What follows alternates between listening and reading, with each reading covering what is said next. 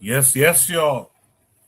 As promised last Saturday, we are back this Saturday for another Saturday night Shoot the Breeze episode, segment of the Bitter Medicine podcast, a podcast that's part of a podcast network called KW. Tuned in to all the other shows on KWAZ Radio. More on that in just a bit. I see a lot of Slaughter was here early. Appreciate you for being here. He says, "Sup, everybody." If you guys can hear my voice out there, uh, please drop a one for me. I don't know if anyone's out there yet, but please drop a one for me if you, in fact, hear my voice. We got some good topics tonight, man. I'm trying to be a little bit more timely with my discussion of topics. Thanks for that, Brother Bakari. Thanks for that, Lord of Slaughter, for those number ones. I'm trying to be more timely with discussing certain hot topic or hot button issues. So definitely we have some good ones tonight. Hopefully we can get to all of them. I'm not sure we will be, but here it goes. We're going to be discussing. This is a topic from last week we didn't get to. A Black Caribbean is responsible for the creation of Black History Month being pushed from a week to a month. We're going to have a follow-up discussion of Guyana from the ground. We're going to talk about a follow-up conversation. Last week, we discussed that a lot of the things that we see in terms of divesting, etc., is a social media problem. But it's much more of a global problem. And we have a series of videos. Hint, it has to do with a Russian guy in Ghana and Kenya. We're going to talk about who keeps giving this guy, you guys have an idea who this guy is, who keeps giving this guy a microphone. And lastly, this was also a big topic since the Super Bowl occurred last Sunday. Did you hear Haitians are Latino? Or Latinx, I guess you could say. But we're going to discuss it.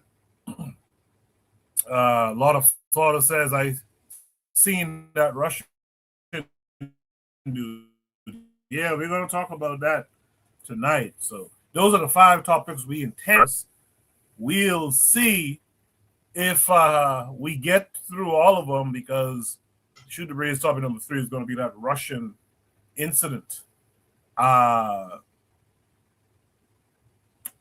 want to remind you guys, if you want to hear certain conversations had, things that are, a little bit more important to you per se, you can join the Discord, navigate yourself to the Shoot the Breeze topics channel, and you could drop a prompt, add a attachment, preferably to X, YouTube, and even now TikTok, and we'll display those conversations on Shoot the Breeze. If I haven't gotten to a Shoot the Breeze topic that you posted, just send me a DM and remind me about it. Because again, trying to get to more hot topic stuff as they happen. And the things that don't have to be discussed right this minute, I'm going to save those for later. Just shoot me a DM and I'll put them up there. Also, we're on Discord. Sorry, not Discord. We are on Discord, but we're on TikTok. If you go to the community post, you'll see a recent community post tells you how to join or add us, be friends with us on TikTok. So please do. Right now, we don't have any followers on there. I don't know how you get follow. I'll follow back as I post a lot of clips from Shoot the Breeze episodes. All right. With that said, man, let us start the show officially. On the other side of the intro, I'll drop Shoot the Breeze topic number 1, as well as introduce any and all of my panelists So please stay tuned. In the meantime, hit the like button, share the show on your social media, email it to some people, call a friend. You know what to do. Do all the things to help you get the message out there. So do stay tuned.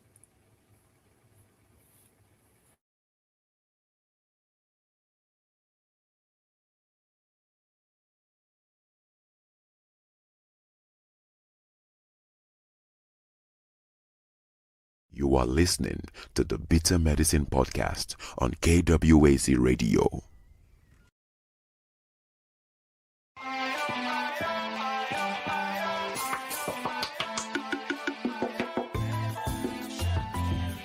Welcome to the Bitter Medicine Podcast, where it's all about Black empowerment.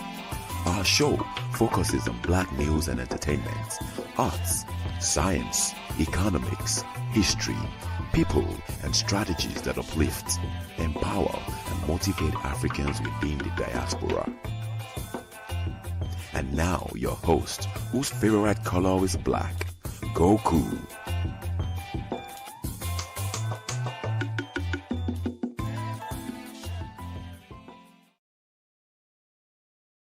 Welcome back to the Bitter Medicine Podcast. I am your host, Koku. Just want to remind you guys before we get the show rolling that this show is part of a podcast network called KWAZ Radio. There are other shows on the network you are invited to tune into. This is D Webb with the Harsh Reality Podcast, asking you to tune in where we tackle the news of the day that affects our community, only on KWAZ Radio.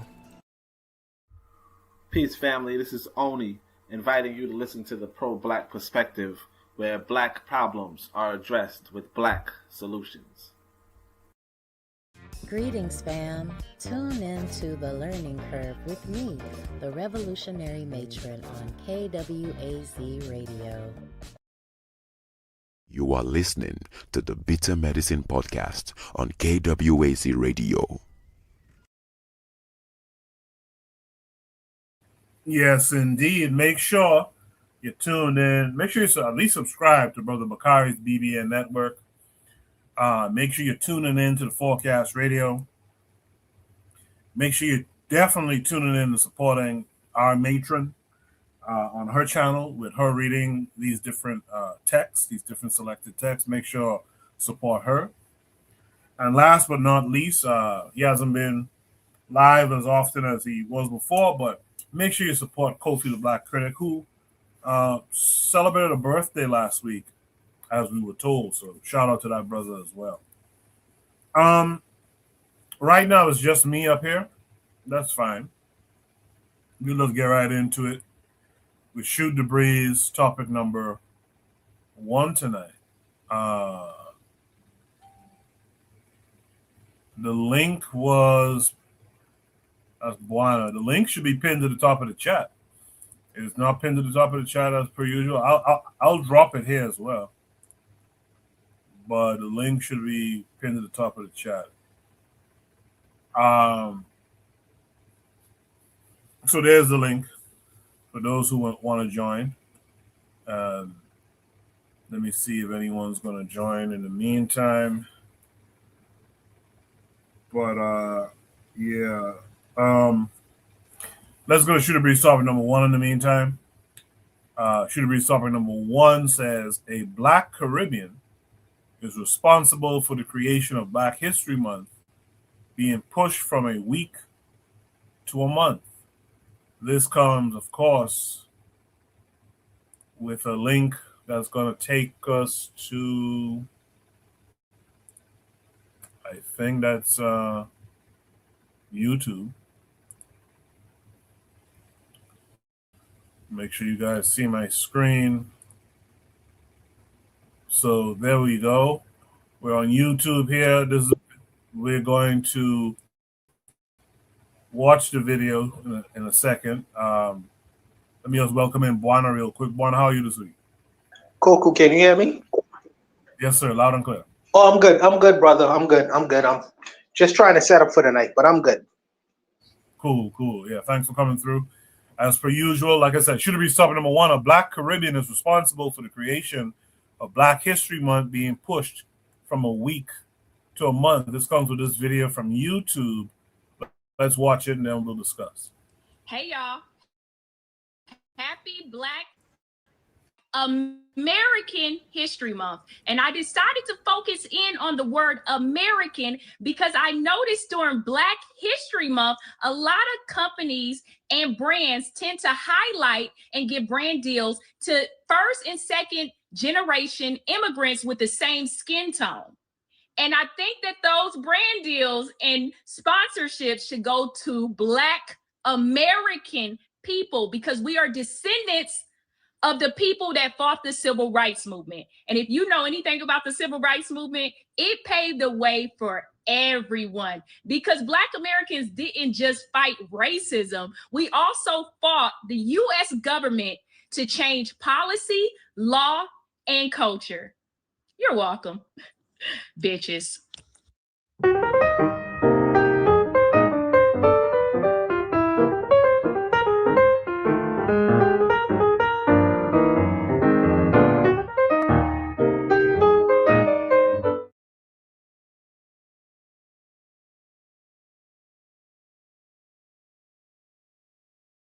Peace, you know who this is. Family, I got to do this video real quick because I was trying to figure out how was I exactly going to do this video because, as you know, it's Black History Month. So, you got a bunch of FBA, ADOS, Freeman goofballs going crazy on social media, attacking people, saying this this month is only for quote unquote Black Americans when Black American means anybody Black in America. But they don't know that. They're stupid. But we're going to keep it going.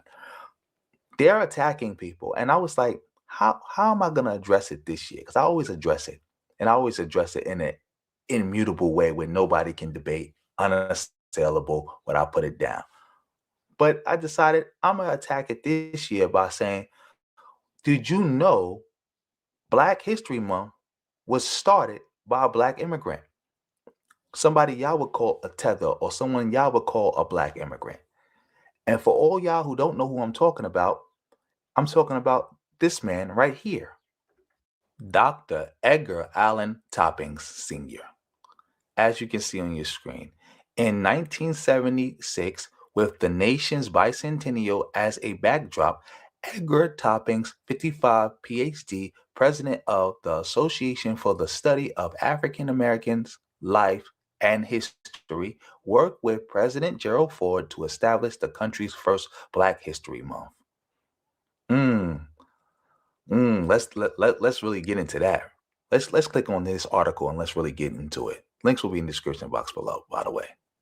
In 1976, with the nation's bicentennial as a backdrop, Edgar Toppings, 55, PhD, president of the Association for the Study of African American Life and History, worked with President Gerald Ford to establish the country's first Black History Month. There was perhaps no one better than Toppings, one of America's most preeminent experts and advocates for Black history, to lead the way in its formation. The son of parents from Bermuda and the Caribbean country that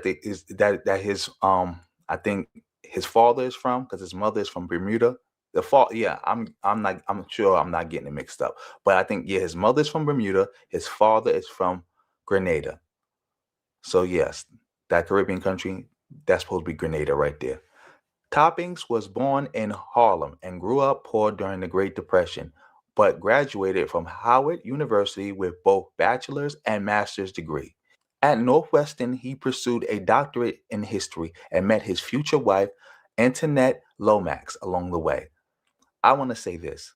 One, like I said, New York reigns supreme. New York is the undisputed cultural capital, political capital, all types of capitals of Black people, period. Number one with the run. Also, I want to say this. Looks like a Black immigrant, which y'all would call him a Black immigrant, even though he was born in Harlem, because of who his parents were, and y'all would probably call him a tether too. Yeah, y'all would call him a tether. Invented Black History Month. He created Black History Month. And I know some of you goofballs are gonna cry and say, well, what about Carter G. Woodson? Oh, this is fake. I never heard of him. We're going to get to that. You know I'm going to get to that. Now let's get to that right now. Because as you can see here, family, Black History Week and Black History Month are different. Black History Week is the precursor to Black History Month. Matter of fact, let me just read what the AI said. Yes, Black History Week was the direct precursor to Black History Month, established in 1926, 100 years ago, by Dr. Carter G. Woodson as Negro History Week. It was held in February to coincide with the birthdays of Abraham Lincoln and Frederick Douglass. It expanded into a full month in 1976. There you go. There you go. There's more history in between that and before that, by the way, but I'll save that for another video. So what we are celebrating now is the 100th anniversary of Black History Week, since established by Carter G. Woodson, the 50th anniversary of Black History Month, and the 50th anniversary of when President Gerald Ford first recognized Black History Month, and the 40th anniversary of when Congress passed it into law. I'm gonna totally touch on that a little bit later, but I wanted to get into that. And for all you who doubt in me, we're gonna keep it going like this. A precursor is not the same as the thing that came after it. So again, we're not gonna do that. Oh, it's the same thing, because I know you're gonna say it's the same thing. It's not the same thing. Precursor is not the same as the thing that came after it. It's not the same. But also, we will forever shout out and commemorate Dr. Carter G. Woodson. And that's why we celebrating the 100th anniversary of it, and the 50th anniversary, and the 40th anniversary. Let me just go show that, by the way, the 40th anniversary. So I can just so we can really send this home. In 1968, 10 years later, Congress passed Public Law 99-244, officially designating February 1986 as National Black. So, because some people called it Afro-American, so it was like National Black, and then some people started saying, well, Afro-American later, but National Black History Month. So that's the official name of the month, National Black History Month.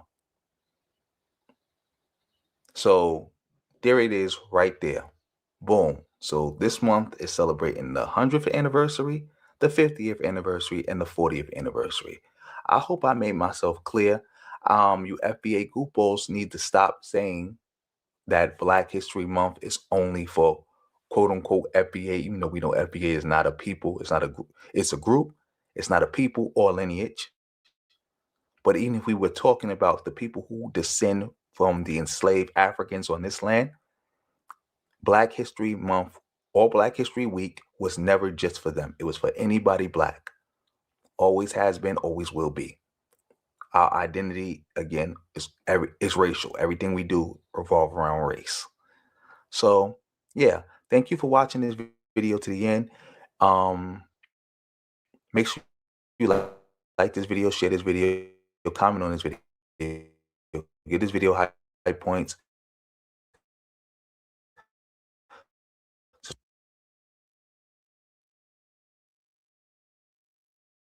History Month. Companies and brands tend to hire generation immigrants with the same skin tone. And I think that those brand deals and sponsorships should go to Black American people, because we are descendants of the people that fought the civil rights movement. And if you know anything about the civil rights movement, it paved the way for everyone, because Black Americans didn't just fight racism. We also fought the US government to change policy, law, and culture. You're welcome, bitches.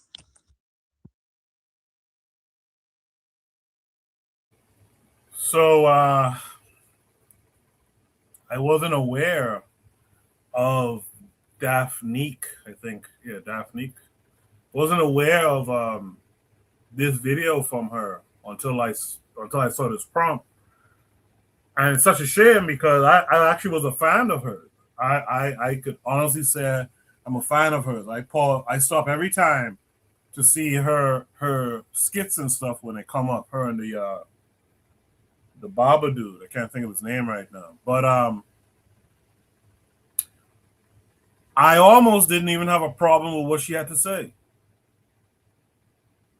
There's some things she had wrong, a bit wrong, in that Caribbeans fought in the civil rights movement too, not just Black Americans. But it's how she ended it off with bitches. That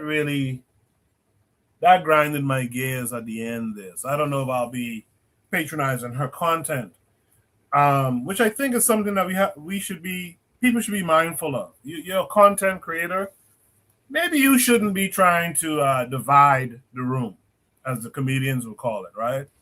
But that's what she did. But anyway, let me hear from my esteemed panelists. So I introduced Buana. Let me introduce Black Steel. Black Steel, how are you this week?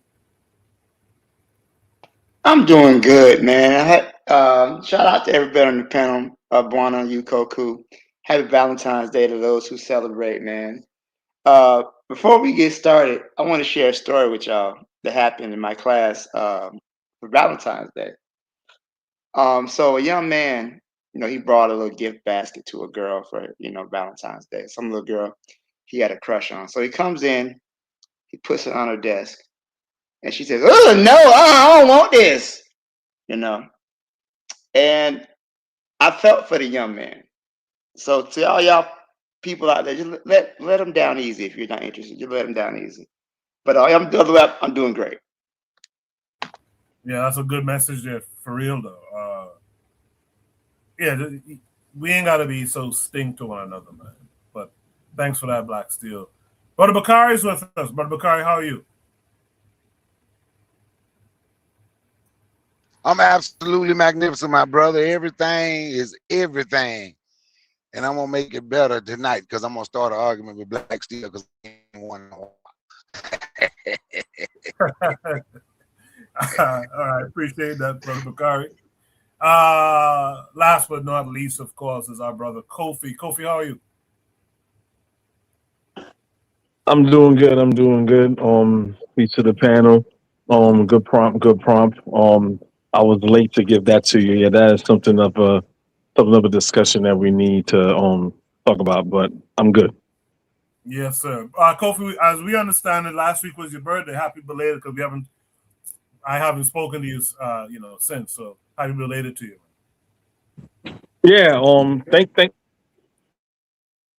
Yeah. Thank you very much. I really appreciate that. I really appreciate that. I am old as Black History Month. Let's just put it Yes, at yes, yes. Happy 60th birthday, Kofi. 66. That's a lot of Damn. extra time. Damn. But thank you. No problem, man. So yeah, we'll get back to Kofi. We'll get his thoughts after we hear everyone else's thoughts, man. But let me start off different this week. Let me start off with Buana, man. Buana, what say you to this? Yeah, so first of all, let me say happy Black History Month to my American brothers, and happy Black History Month to everyone, who are included in that. First of all, I'm thinking why we have to be bitches. Why we gotta be bitches? You say the sister in the video said that we fought in the civil rights movement, and Koku said something that was right and exact. He said that not only Black Americans was in the civil rights movement. You know, there are other people who was involved in the civil rights movement, and that don't necessarily get mentioned. But I'm not even going to be a divisionist. People who are big on integration, they feel good to be acknowledged, and the powers that be acknowledged this month or this week as a time for Black Americans to celebrate themselves. I think that Black Americans have agency, so they celebrate not only Black History Month, but they celebrate themselves all year round. They don't wait for a month just to acknowledge the achievements of what they would have done in the country. But understand, Sometimes some of us suffer from a main character syndrome, and we put ourselves in the center of everything, but that's not always accurate. And also, let me say this: she said that all of the civil rights strides that we fought for, right now, right now in the Supreme Court, Clarence Thomas is working vigilantly to not only undermine but to reverse to reverse all the gains that you would have made during the civil rights movement. Your own fellow Black American person, that's not never mentioned. Not only that, Donald Trump right now is not only trying to remove a lot of the civil rights acts that was presented, but he is also going into museums and removing the pictures of your ancestors and what they would have done. No mention of that in this video. He's removing a whole lot of things, even in the military, with people who not only fought in the American wars, but all the gains that they would have made in the military. He's removing these photos and photographs. No mention of that. The only chastisement comes when it comes down to each other. Black Negroes fighting other Black Negroes. And it's unfortunate. It's so unfortunate, man. And she ends it off by saying, "We bitches." It's plantation talk.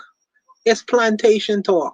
You only have fight and vitriol for people who look like you, but you have no vitriol whatsoever. Not even a comment on the people who are really undermining the achievements of the so-called civil rights movement. No mention of that at all. And end it off with bitches. And like I say, I would only say much respect to the brothers and sisters and ancestors who would have fought and struggled within America and made gains within America. I don't want to get into the negative divisionist rhetoric, man. But I would just leave it there. That's what I see in the video. I think it's very sad, but I would leave it, man. I'll leave it. Appreciate that, Buana. Black Steel, what's it?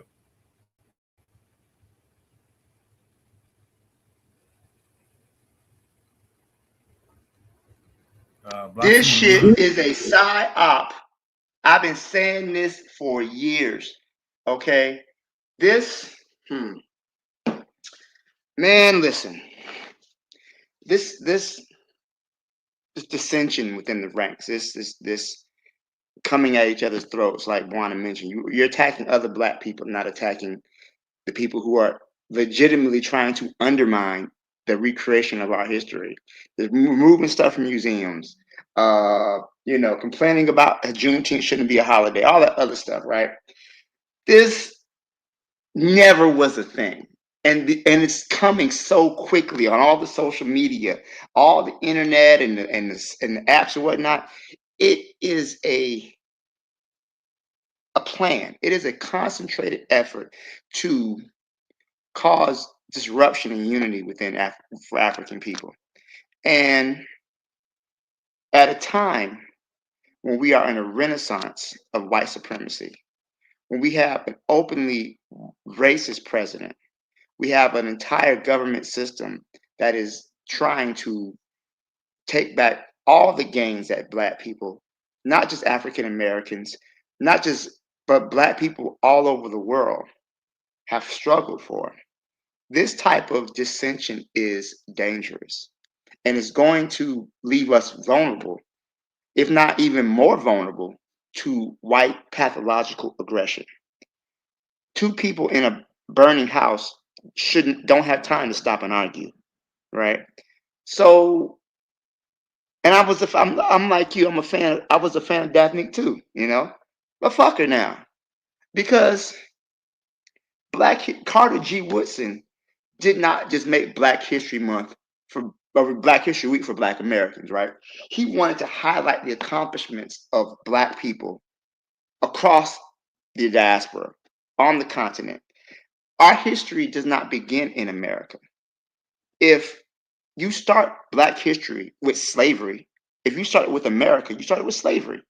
And that's when you had the pretendians come in and want to manufacture, we're really the natives and we're really the Jews and all the other stuff, right? But our people come from Africa. right? And if you start our history with slavery, then the best you can be is an American citizen, right? That's the highest that you can reach. I believe we can go beyond that.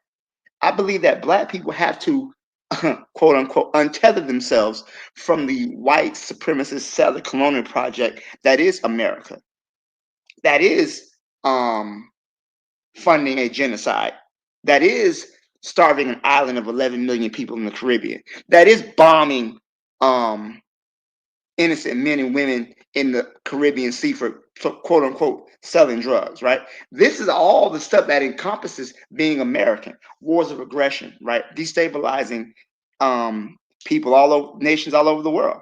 So why do you want to be American? Our ancestors in the civil rights movement, even before that, they weren't fighting just for their rights as American citizens. They were fighting for their human rights, for their rights as human beings, for the rights to exist and live and raise their families peacefully, not just the right to vote. They wanted to be treated as men and women. That's what they wanted to be. So this idea that, only Black Americans matter, and, it's such a divisive ideology. And coming at a time like this, when basically we're under attack from a legislative standpoint, from a physical standpoint, that you want to cause issues with your Black brother and sister because their ancestors were happily dropped off at a different stop than your ancestors were. And that's really the whole gist of it, right? Many of our ancestors probably came from the same place. They would drop. Some people got dropped off in South Carolina. Some people got dropped off in Jamaica. Some people dropped off in the Bahamas. And the slave master didn't recognize borders, right? They would move their slaves where they needed them to. One weekend you could have them on a plantation in the Caribbean. The next minute you need them in Georgia. Like, this whole idea that Black Americans are somehow stand apart is just causing problems. And I don't see it in real life, but I hear it a lot on the internet, which makes me think it's a coordinated plan of attack. The European we got to give them their credit, right? They don't quit, right? If they lose on the battlefield, they'll try to beat you at the peace table. If they can't confront you directly, they'll confront you behind your back. They use and weaponize everything. Everything. Social media. You think it's something that you want to, see your old friends from high school. You think you want to, pick up some memes, some jokes, some funny videos.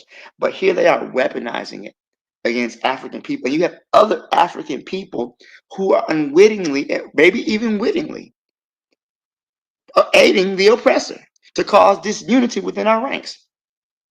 This is not the time to try to distinguish Black American, Black Afro-Caribbean, whatever. Because do you think that Johnny Cracker is really going to make a distinction?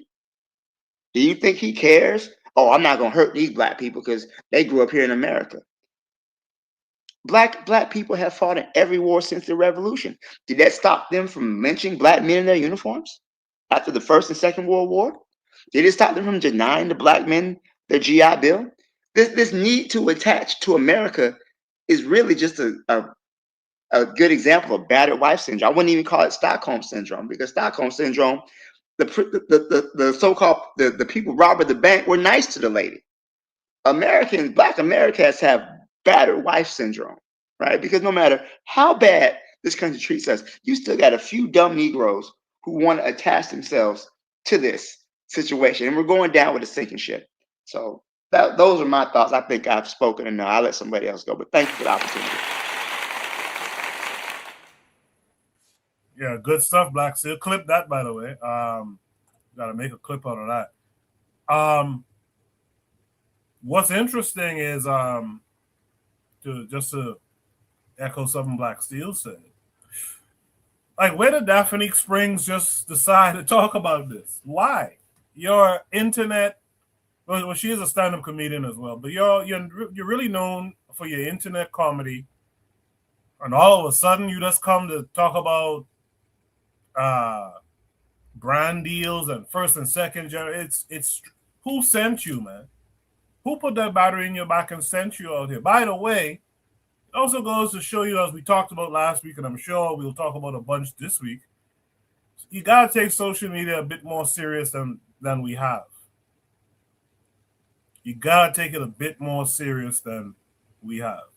Before I go to Brother Bakar, let me just read some comments in the chat. Lord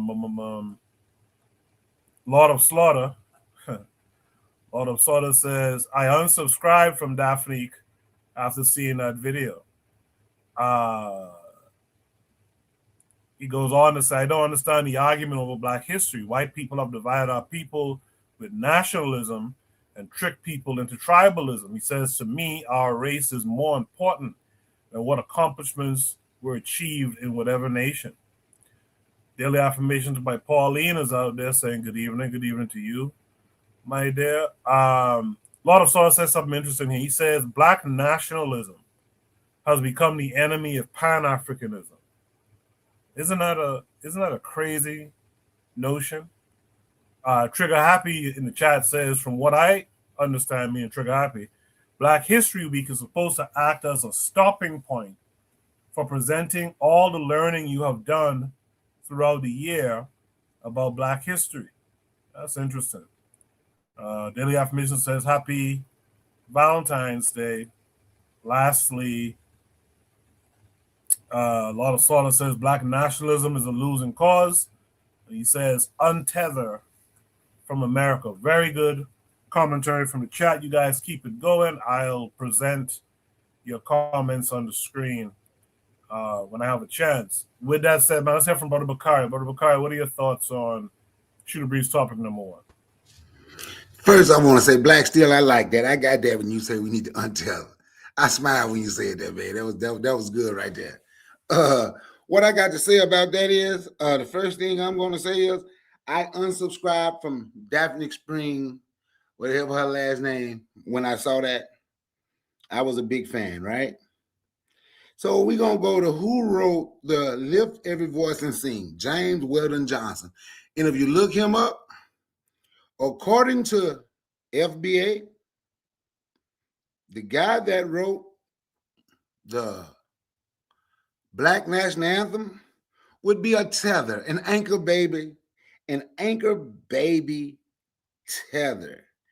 You can go to how people from the Bahamas built South Florida. You can go look and see Haitian influence in how they helped build New Orleans.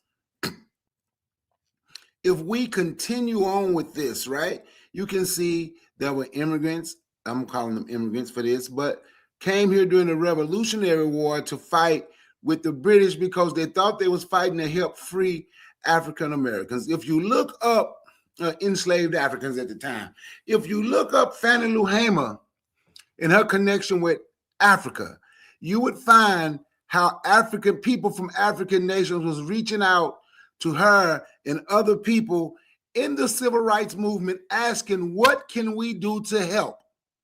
And you will see that there were some people from the continent getting punched in the face and spat on at those sit-ins because they asked, what can they do?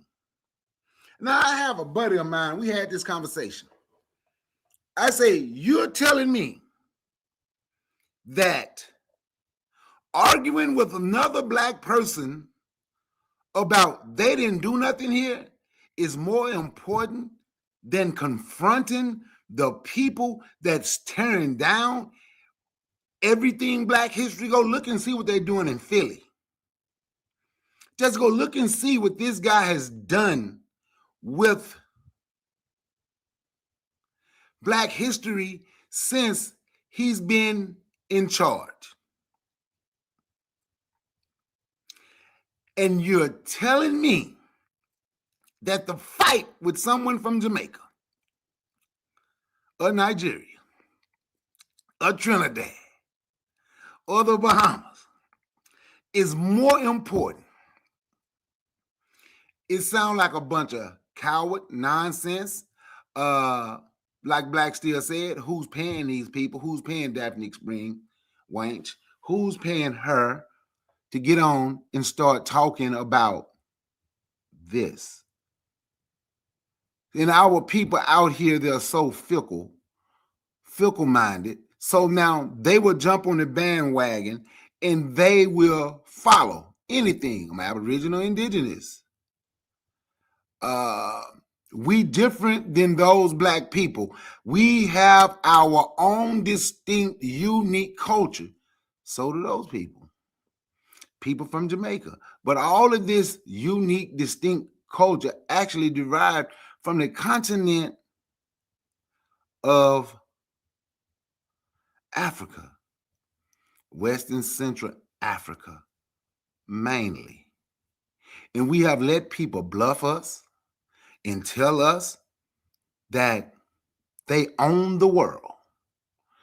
And the only thing we can do is fight one another, and the owners of the world would allow us to get a peace so you can feel better than other Black people.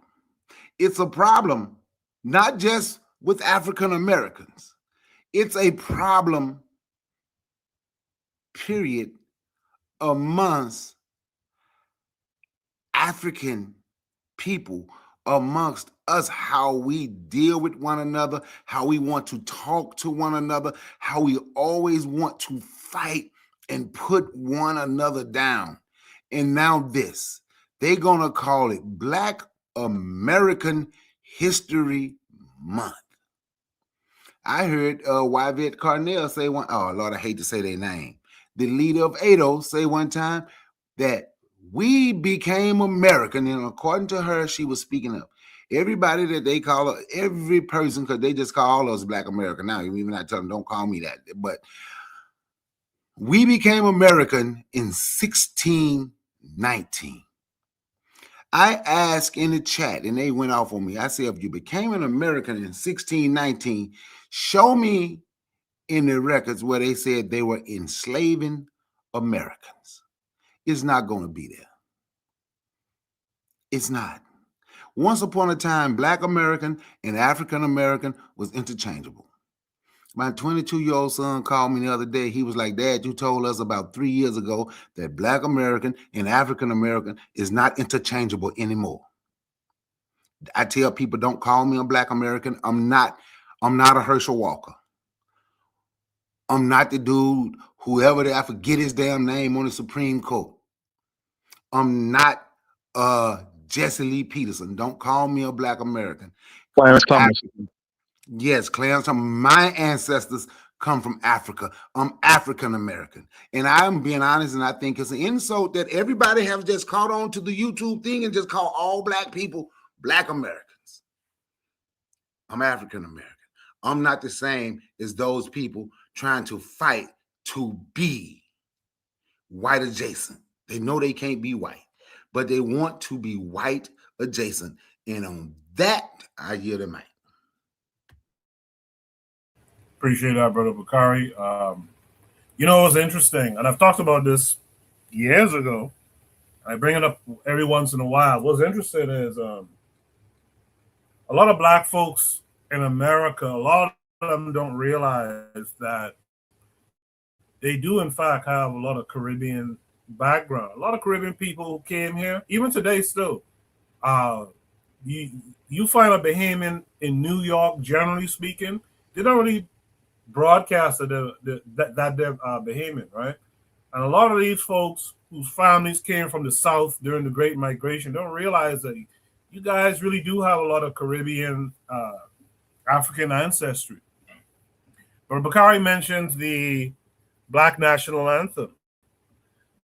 You know who wrote the Black National, who the composer and the writer of the Black National Anthem, where they were from, where their parents were from? Their parents, their mother is family to a guy, Barnwell Dillett. I think was their mother's brother or cousin or something. Stephen Dillett is a Bahamian guy of Haitian descent, right, who was very renowned at one time. These guys were Bahamian people. Rode the national. I'm waiting to see when that catches on, to see if they're going to throw that away because of so-called two tethers created it. It's just weird. If you're listening to the playback, make sure look at the.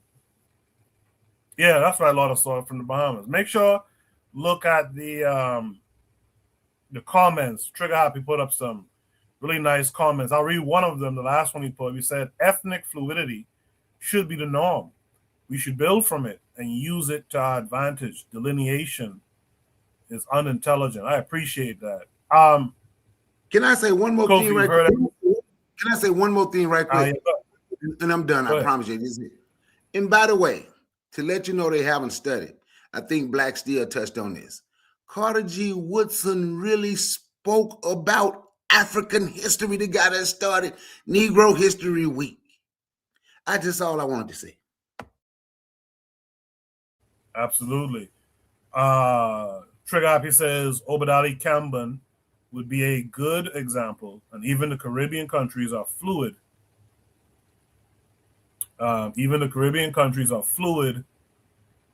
There's traveling between all the different countries. Yeah, I just told you, a prominent guy in my country's history was a guy named Stephen Dillett. We say Dillett, but I think his name was pronounced Delay. And these folks who wrote the Black National Anthem in America is family to this guy. So ethnic fluidity was definitely a huge thing where we're from, you know. But with that said, man, Kofi, you've heard everything everyone else had to say. What say you to all of it?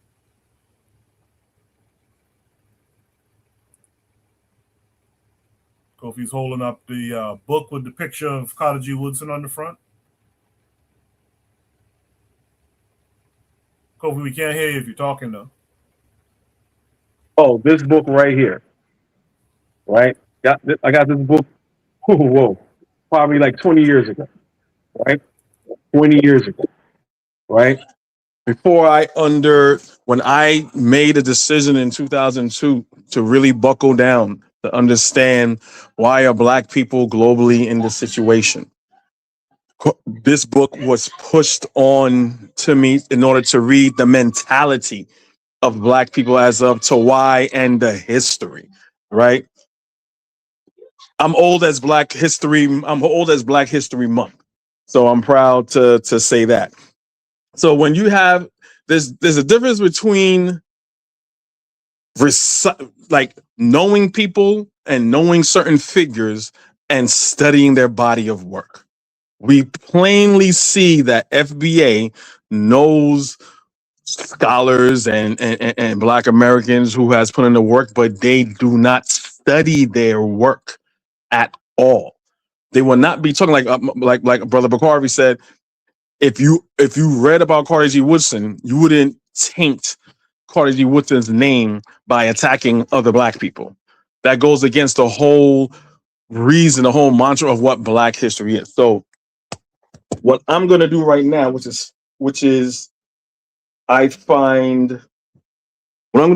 to read a short passage from the book that I have that I think applies to this situation right here. I got it highlighted. This is how long ago I wrote it.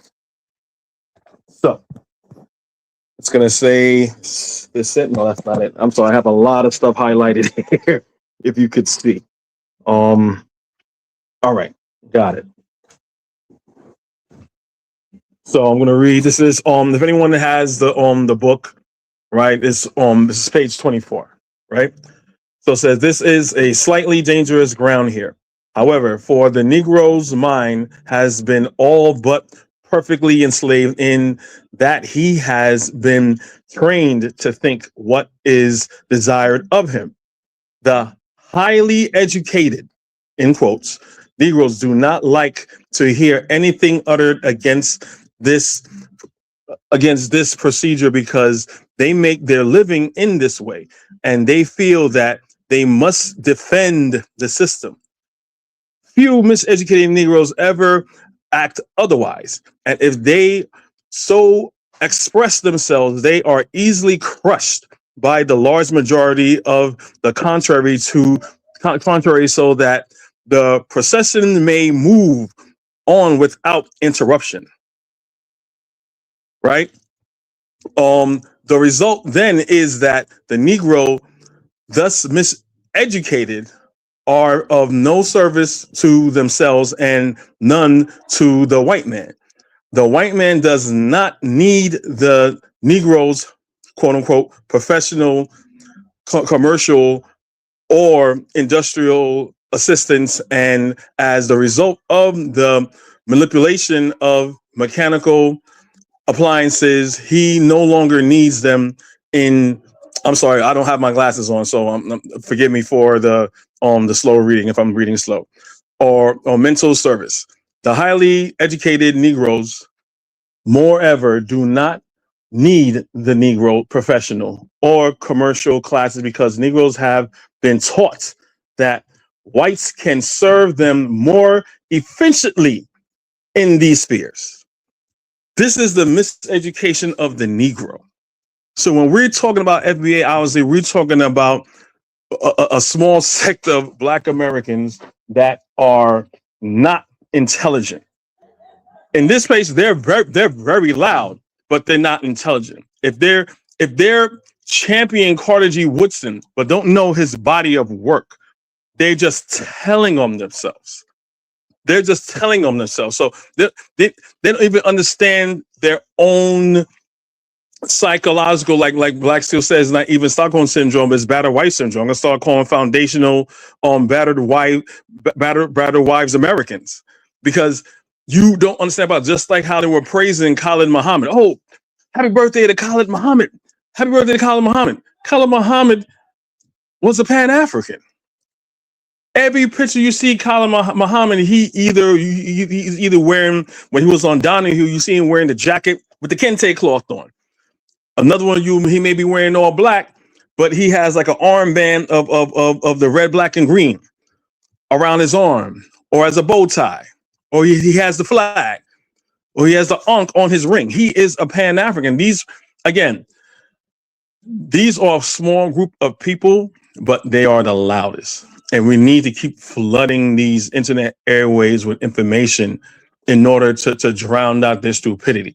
They kicked out their last intellectual person who was trying to champion Professor James Smalls.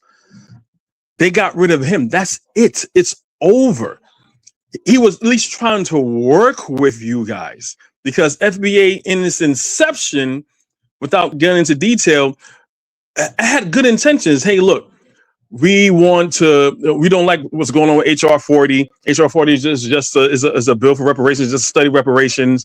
That's not good enough. And I agree, that's not good enough. You need something better than that, right? So we're going to do something better than that. But that's not what they're doing. Look, since Trump has been coming to office, they have not mentioned reparations one time. Not once. And these are the same people that will drag the Democrats through the mud. No, Democrats don't do this. Democrats don't do that. They ain't giving us reparations. They ain't doing this. But they ain't asking for Master Trump for nothing. So once again, we have to really call these people out, flood the airwaves with how that they're not really pro-Black, and they're not intelligent at all. So that's pretty much it. I don't want to take up any more time on this. I hope you guys enjoyed that passage that I read. Yeah, thanks a lot for that, Kofi. Thanks for also letting us know it was awesome, Kofi. Thanks for letting us know you didn't have your glasses on, because for a second I was like, damn, Kofi reads like Floyd Mayweather. Yeah, he had the Floyd Mayweather thing going on. Hey, you wrong for that. You wrong for that. Y'all do know y'all got an FBA down in that chat. Y'all better stop. Hey, I want to say something. Before y'all go on to the next topic. Yeah, go ahead. To Lord of Slaughter, I don't know if Black nationalism is an enemy to Pan-Africanism. I think it's Black nativism more so is an enemy to Pan-Africanism. I don't necessarily think it's Black nationalism. Another thing I wanted to mention is, hey, Herschel Walker, because Bakari mentioned Herschel Walker. Right now, Herschel Walker is an ambassador to the Bahamas. So he is in the Bahamas telling the Bahamian government, oh, you mustn't do deals with China, you know. He's singing for his supper. He telling Herschel Walker with his dumb self, come all the way over here. I don't know what he thinks about, you know, Bahamian government and leadership. But some of these Negroes in office they're very intelligent, you know, and they're just he's coming with the power and the might of the American government. But to tell the Bahamian government to not do deals with China, that's a joke, bro. What are you talking about? This is an independent country. We should have agency to do deals with who the hell we want to do deals with. This is the issue I have sometimes when these people come from different places. And well, let me don't go there, especially with Rick Fox. That's another issue the person I have an issue with. But needless to say, because they really trying to push me into politics, and I really don't want to get into politics, primarily because, you know, I have a particular view and these people have a different view of life. But needless to say, I have a Valentine story for Black Steel. Well, hold on, When I was in, real quick before you go on to that story, correct me if I'm wrong, isn't the ambassador of the Bahamas supposed to be doing what he has to do in order to improve and empower the relationship between Bahamas and America? What do they have to do with their business as far as what they do internationally outside of America? It's kind of odd. okay, so when ambassadors come from different countries, they do that to what's I can't remember the name of it now. What's the name of it? I can't remember the term for it. Can't remember the term for it now. But he is a representative of the government that he comes from. Yeah, So he is America. right. America. So So what does he have to do with China? ultimately though, he's gonna sing for his supper. His supper is Donald Trump giving him the ability to come down here. So whatever idea that Donald Trump has in his mind, he as an ambassador is gonna push that forward and just suggest that now, quote unquote, for these so-called Black Caribbean countries to do. So they send ambassadors all over the world for that specific purpose, you know, to not only for goodwill and these other kinds of things, but also to say in terms of influence, hey, you know, we don't like China, so you shouldn't like China either. So we don't like you doing deals with China, you know. But I'm like, come on, bro. We have a Chinese embassy down here as well. So we're not I enemies was of China. just about to say that. Like, you know what? Once you find out what the Chinese ambassador, you know what I'm saying? So it's a Absolutely, very because odd thing to do. the Bahamas Nassau right now has a huge embassy here, a huge one, downtown, huge one. But also China also has a huge embassy as well. So we know, I guess we trying to walk a tightrope because we don't want to alienate the Chinese. The Chinese is giving $1 billion in terms of investment into the Bahamas. Why should they be our enemies? Let me don't get into that. I'm not even gonna touch that. Let me say this because I want to stick with the Valentine's thing. Black Steel, you mentioned how a guy brought some flowers to a Black girl in school. I remember when I was in Kentucky at university. Well, the sister I was dating, the American sister I was dating, she did the same thing, man. She brought a bunch of flowers and violence. I was so embarrassed, man. I was so embarrassed. I had to take it, but I was embarrassed like a mug. Because you Caribbean people, we are taught not to show emotion like that. You know, so it's like But you took it. You didn't say like, oh, nah, I don't want that. You didn't say that. Now, you know. I had to take it because I didn't like this chick. You know, she was a beautiful chick too. But I'm like, man, she brought me flowers in class. Hey, it was so embarrassing, Black Steel, man. It was so embarrassing. Buana was worried that she messed it up for him with all the other women he was chatting to, man. That's all that was. Man, good discussion, man.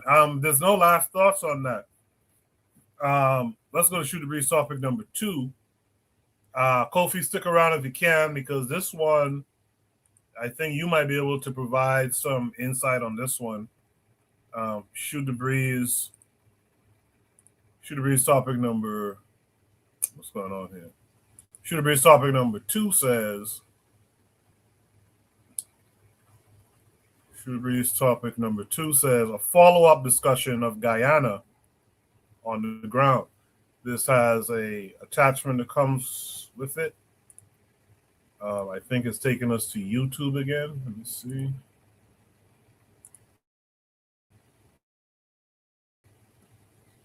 Yeah. Let me make sure you guys can see my screen. All right, there you go. So this is a video titled Guyana oil money is killing locals. So we're going to watch it and then we'll discuss it. The discovery of oil has fundamentally changed this place, and I'm not 100% sure it's for the better. Guyana is different now. It's more expensive. The place is now flooded with people that have money. Chinese businesses have come to overrun the place. Neither Hulk with the rays of Gamma, neither the missile crisis of Havana could I make my teams off like banana. Our circle big like Queen's Park Savannah. It's Master Chief equipped with Cortana. Looking to Viking to get more grammar. Banana man, let me tell them. Why me back totally foreign and locally. To the chance globally, I'm a loud vocally. Some so impatient. The Chinese are outpricing the local Guyanese by far. Let's go check out one of these stores.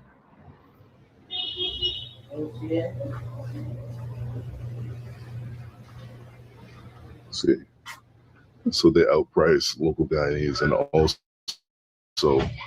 also their stock is a hell of a lot better. See, something interesting is that this place has become sort of a general catchment area for people that are coming from Latin America. So you'll have a lot of Cubans. Okay, in the store, you had some Cubans there. You can tell from the accent. And you have a lot of Venezuelans too. Okay, this is a place they can travel to without needing a visa for the Cubans. So Venezuelans, I think they might be here legally.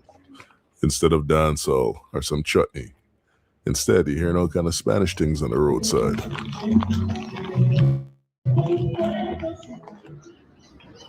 And in the 2+ years since I have been here, I've noticed a lot of chicken spots popping up, Chinese ones.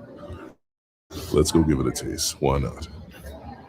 So here we are in a Chinese chicken spot, and the cashier is a Cuban lady.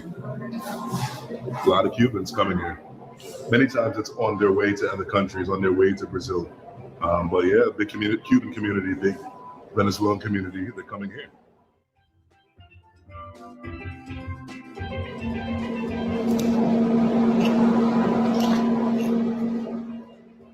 Guyana has always been a premier food destination.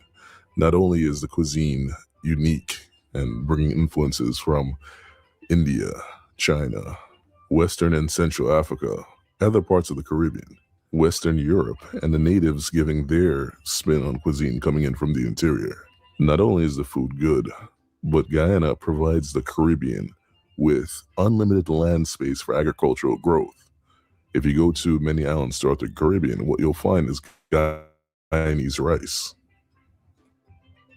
And this lady, despite her inability to speak English, she's able to come in from Holguín, Cuba, and find a job here in this chicken spot.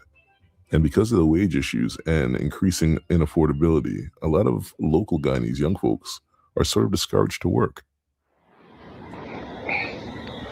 So yeah, I don't know if it's because I'm just coming off of the flu, or really I'm still in the flu, but the chicken is a little bit too greasy for me. So these dogs are gonna help me out.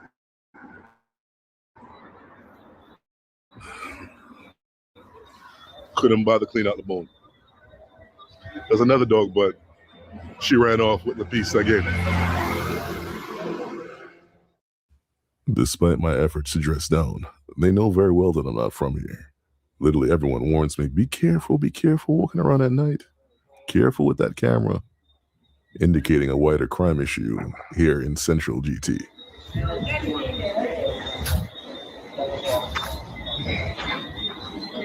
See, these houses, in many cases, need to be built on little platforms, a little elevation, because of this place being technically under sea level.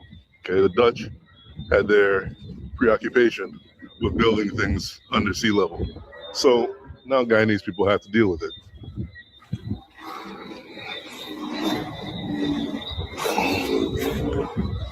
Imagine that, growing up with having nasty water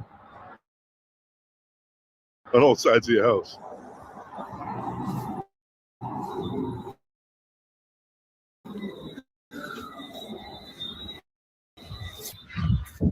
Despite the inconveniences, look at all these beautiful new cars.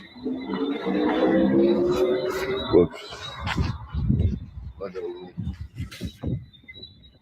So technically Guyana, South America, but man, the culture is super Caribbean.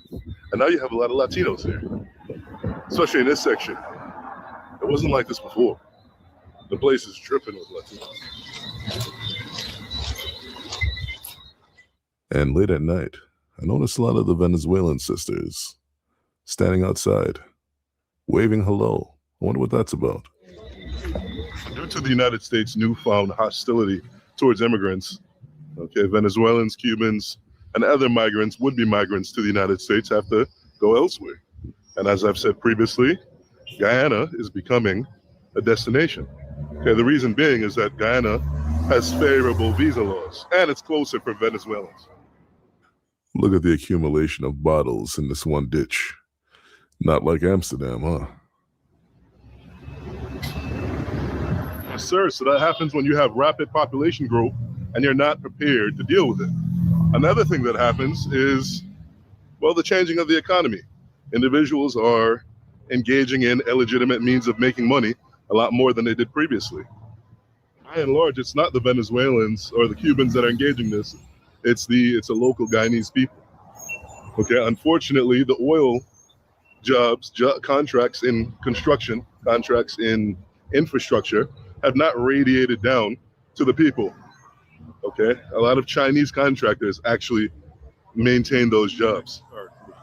So let's go back maybe a good 12 years to my international economy class. When you have resources like oil, your economy becomes overly dependent on that oil.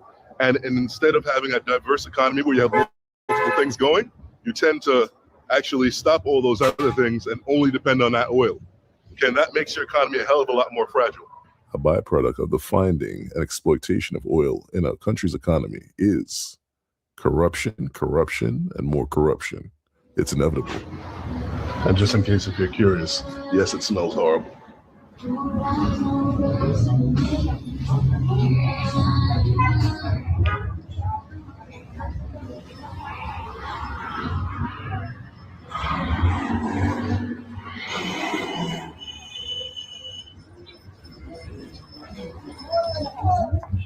See, this here is border market, but I don't have time for that right now.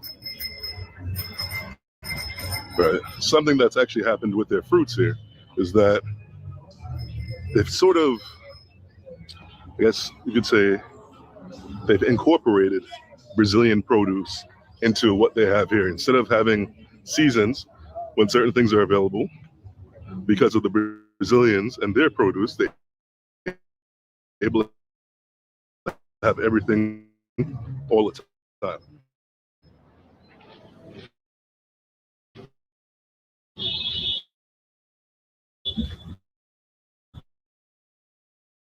The middle class now doesn't suffice their bills and also buy food for their family. See this oil thing? It's not a good thing. Yo, bro, hot as hell.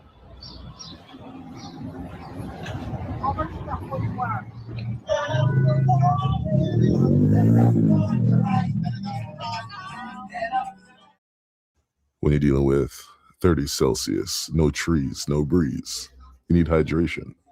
And the best hydration is your Powerade, Gatorade, those artificial things, coconut water. They're the best thing. You know, a friend of mine actually remarked that coconut water is an acquired taste. So a lot of my Yankee friends are not really used to the taste of coconut water. Better than Gatorade, boys. Better than Gatorade.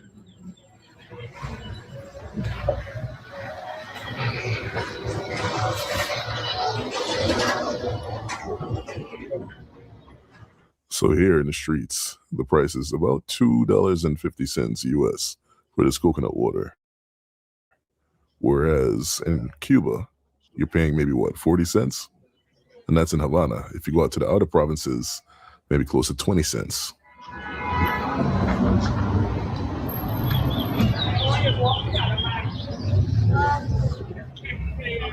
So even though you guys have seen me in Cuba during the winter is not hot like this. This is a good 90 degrees Fahrenheit. Easy heat.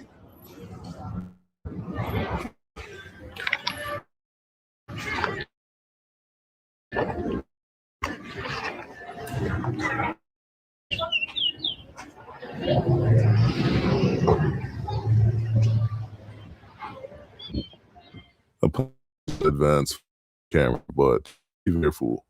It's Stabber Market area when you have a camera. Gotta watch for the motos. Colombia style, right? I'd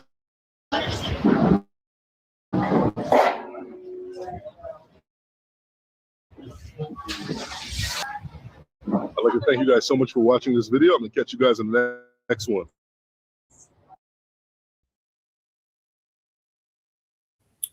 All right. That is a follow-up discussion of Guyana on the ground. I'm trying to remember what the original discussion was. Is this a follow-up to that conversation about Guyana is underpopulated and should Black Americans or African Americans move to Guyana? I'm kind of curious about that. Let me just start right.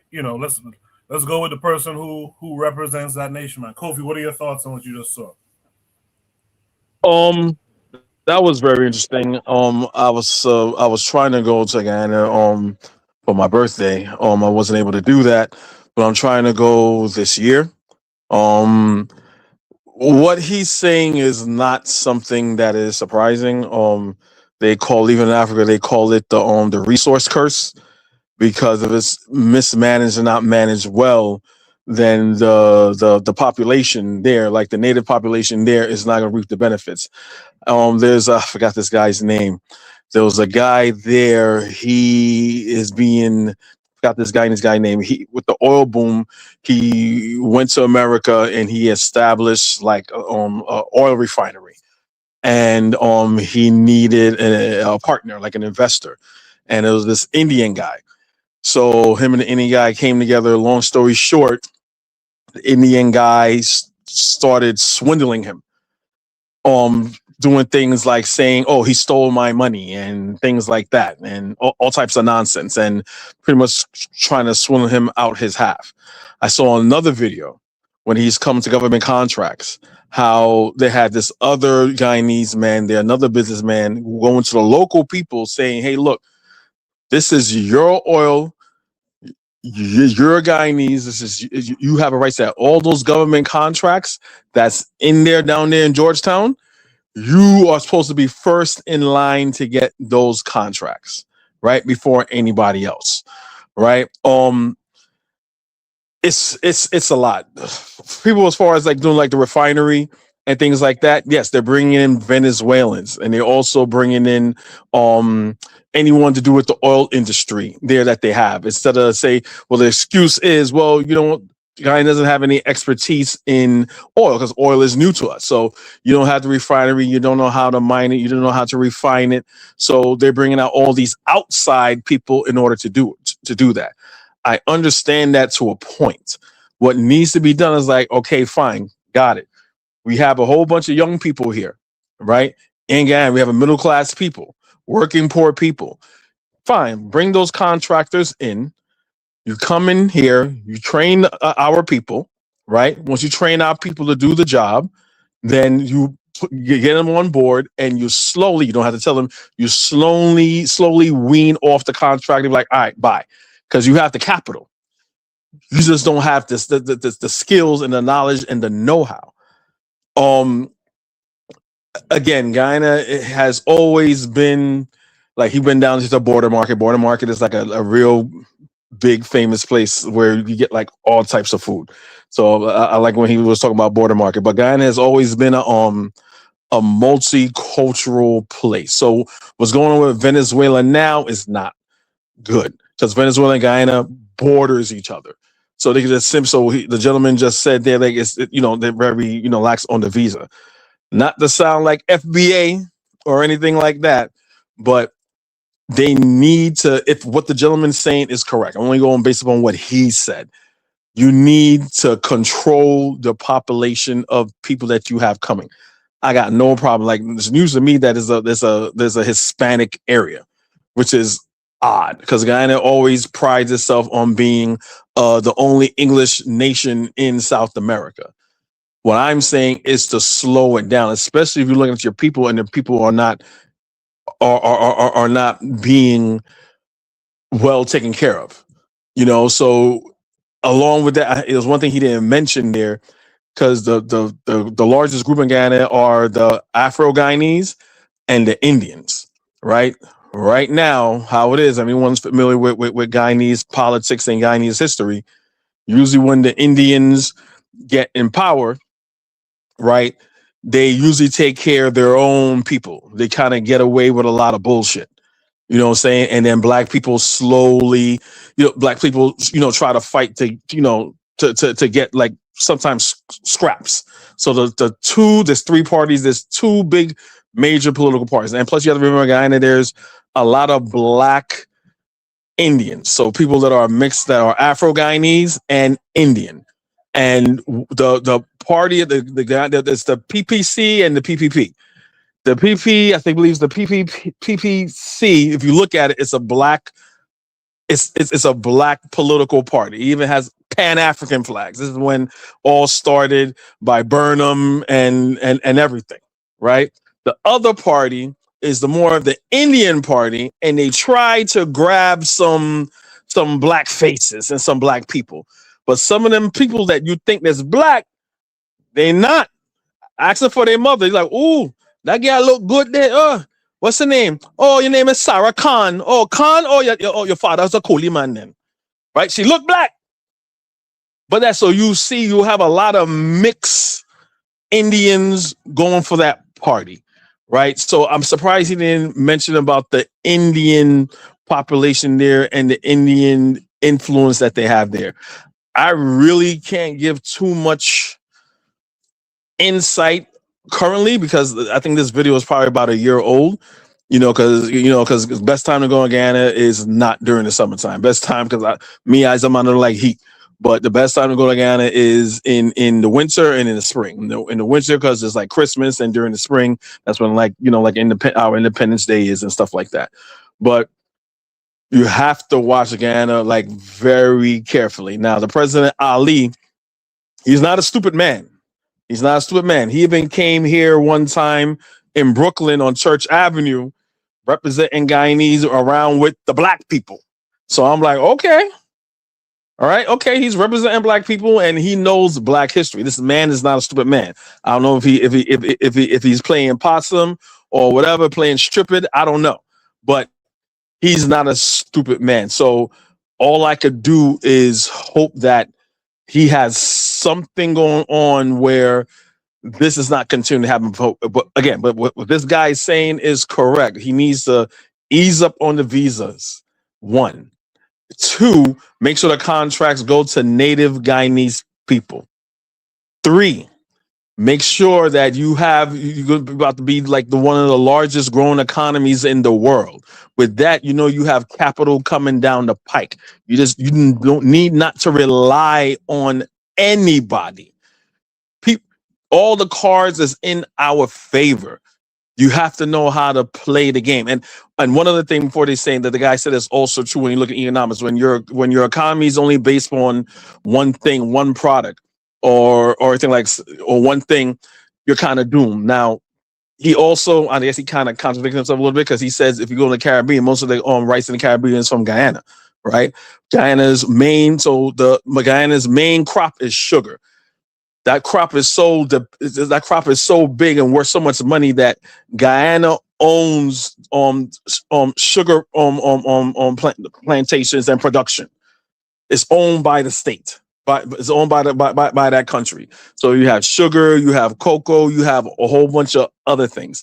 Guyana has a lot of potential. Like less than half of Guyana is occupied by people, except for the Native Americans in there, the Amerindian people there, right? So it has a lot of farmland, has a lot of potential, but Ali has to really look at this with a very fine tooth comb. But that's pretty much it. I'm curious to hear what everyone else has to say. Wait, Kobe, before you go though, culture, education, Afro-Native, in the chat, he had brought up a prompt. You weren't here that day, as he mentions here on the screen, about is Guyana a good country for Black people to migrate to, not just from the U.S., but anywhere in the hemisphere, especially considering what you just said, it's has a lot of farmland, it's underpopulated. Would you say Guyana is a good place for Black Americans and Black diasporans to go to?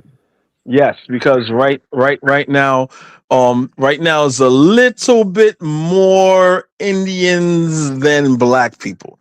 They had one time a couple of years ago, they had some Haitians that wanted to come over to Guyana, some Haitian refugees or whatever, and it was like a question. I'm like, what you mean it's a question? Bring them over. Like, what the hell is your problem? Like, what's stupid Koulibaly telling you not to bring over some Black people? If an Indian man come from New Delhi or something like that, they're not gonna have a problem with that.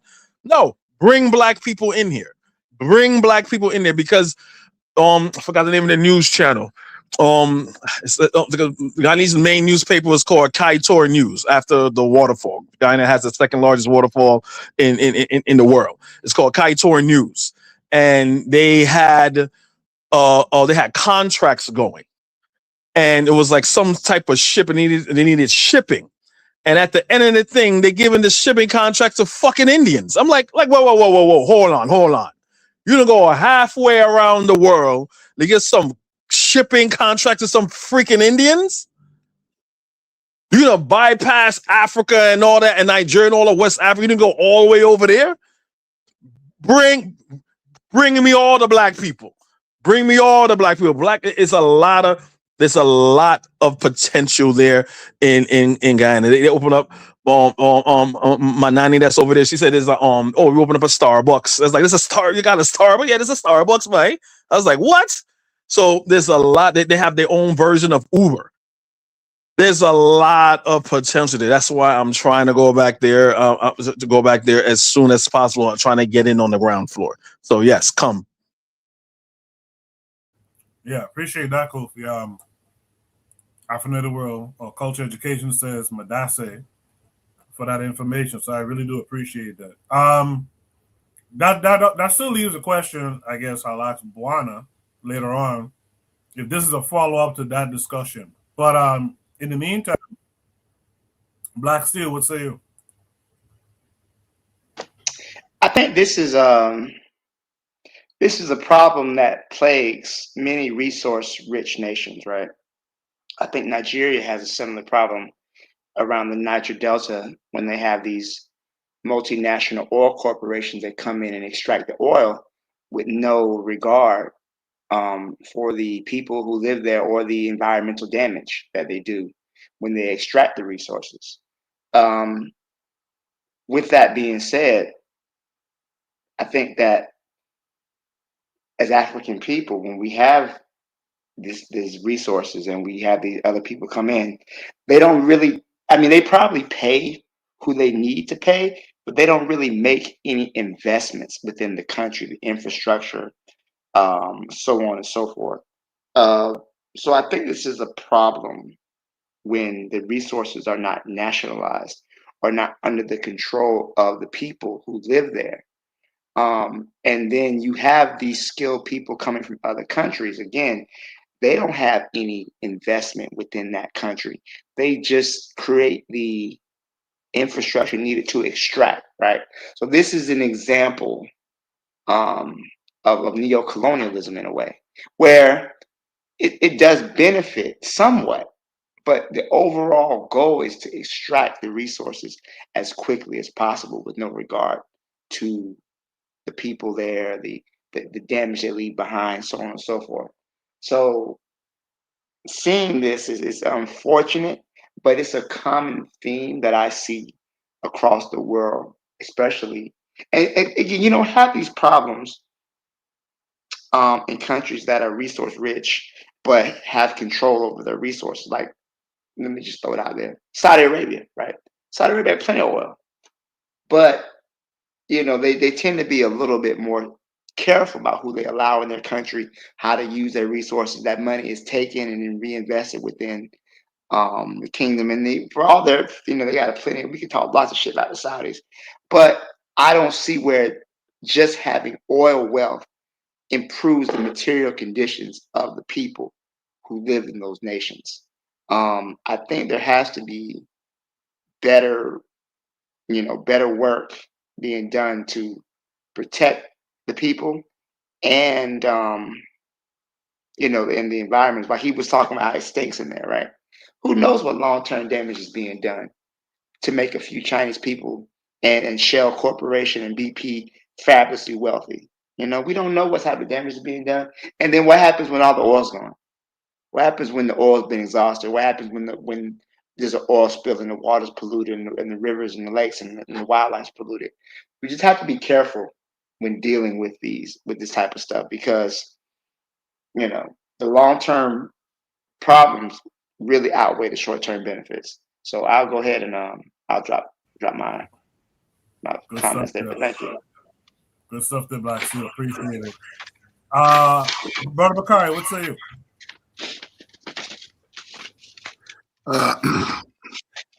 I agree with Kofi. If it's a good place for Black folks to go, African Americans to go, Africans from anywhere, it might be something we could think about. Go get in on the ground floor. That's one.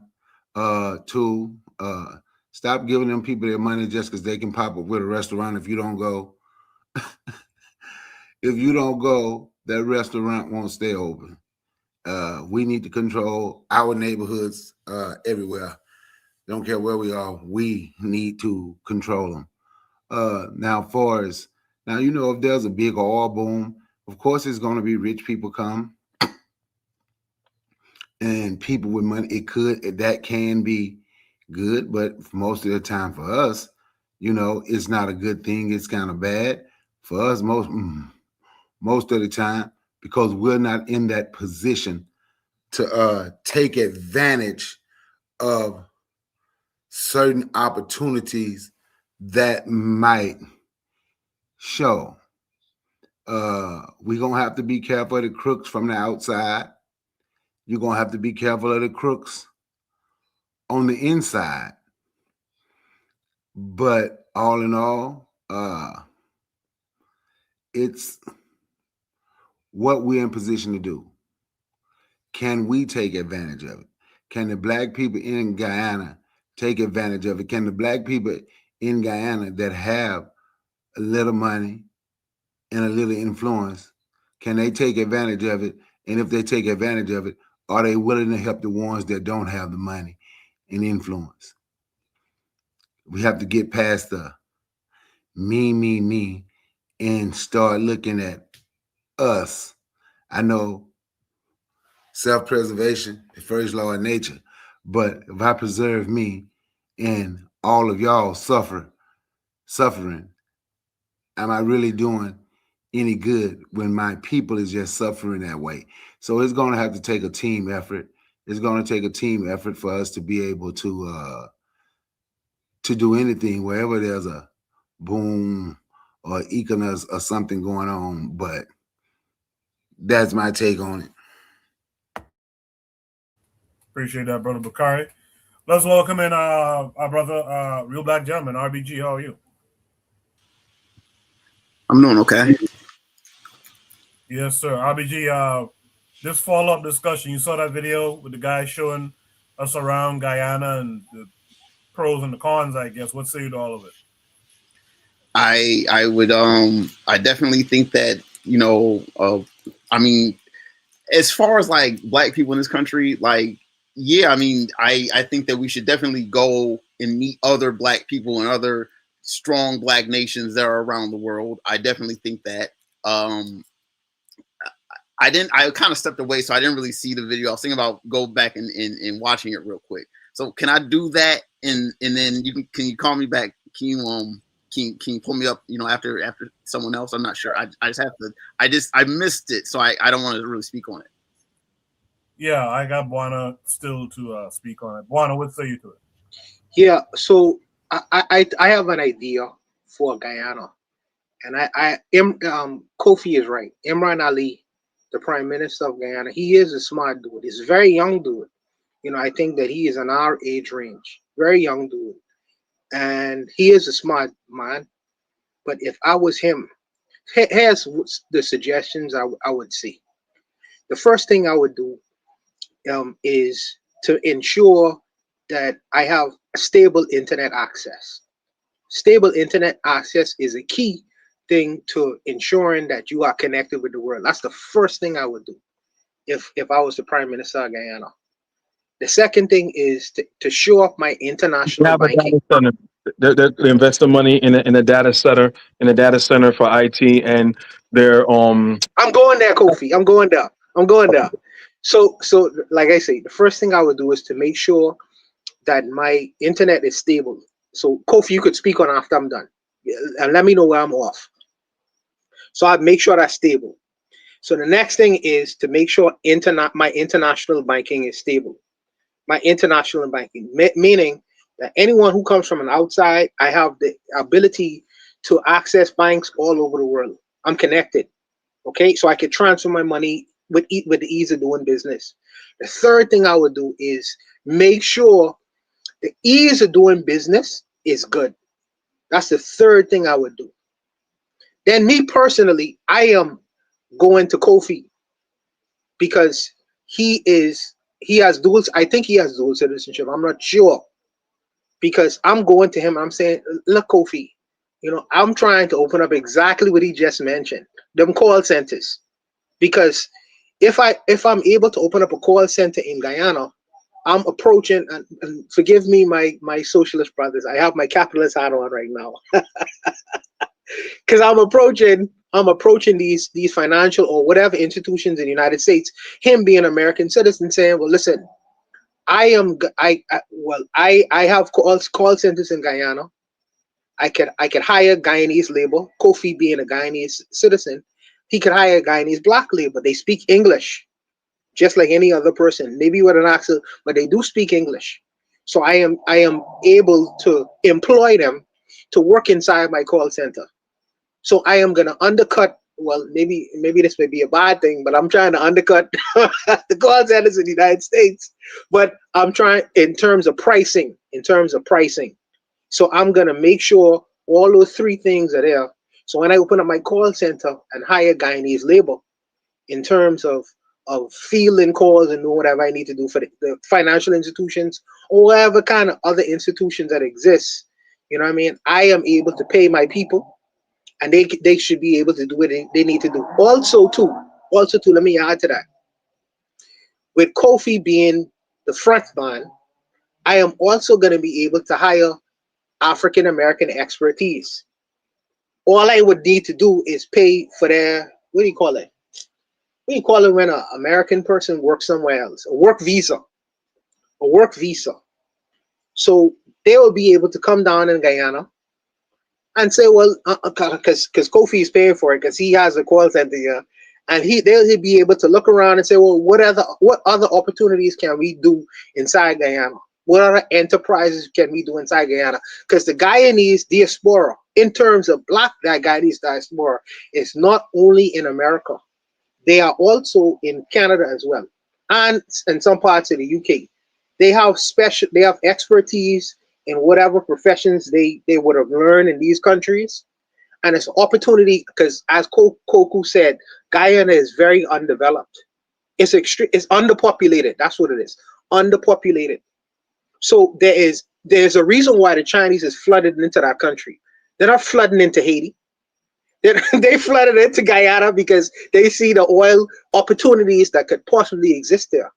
So there should be, when Yahoo was first starting up, who would have known that Yahoo would have developed into the enterprise that existed in? Now, Guyanese, it seemed to be a very oil-rich country. So it would be intelligent to get on the ground right now before all the others come in, because they come in. If the Chinese know better, and the Chinese sending Chinese labor there, and the Cubans, the Cubans really just they're trying to make some money, and the Venezuelan they do understand the oil industry, but they don't have the same kind of access. I'm using people who have a foothold in the ground to get my shit started in Guyana right now. I would do that. I would try to do that.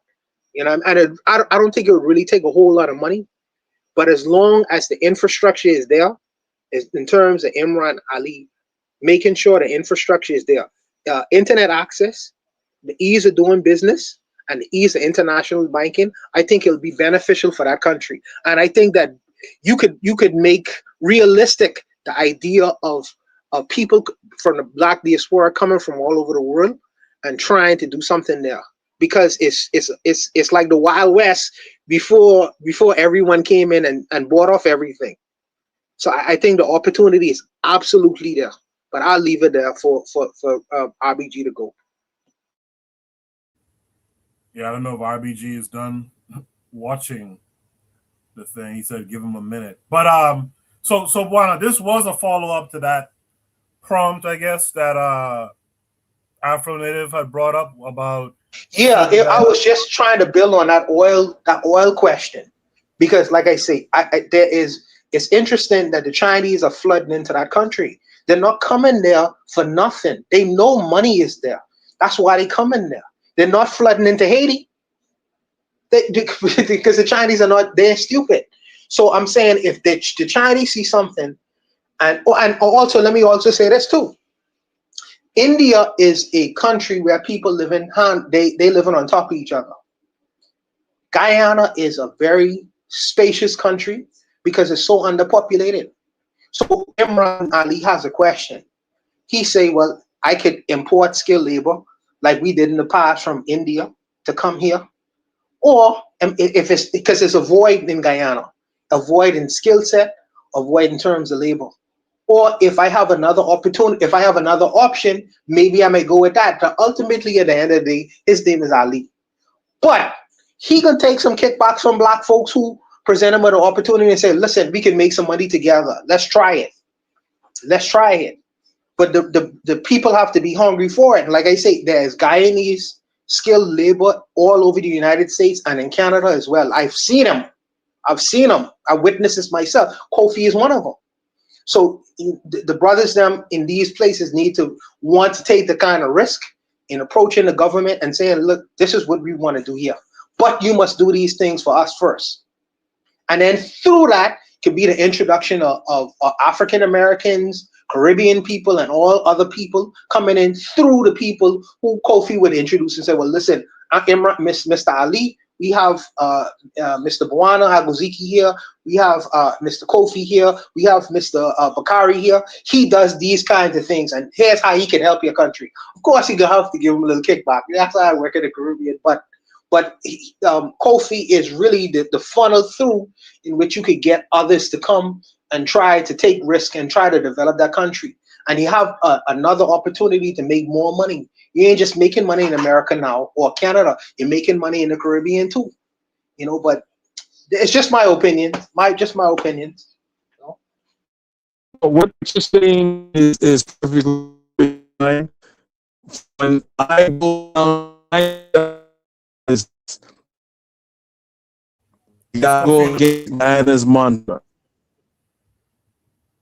You gotta go against many people. The Guyanese mantra.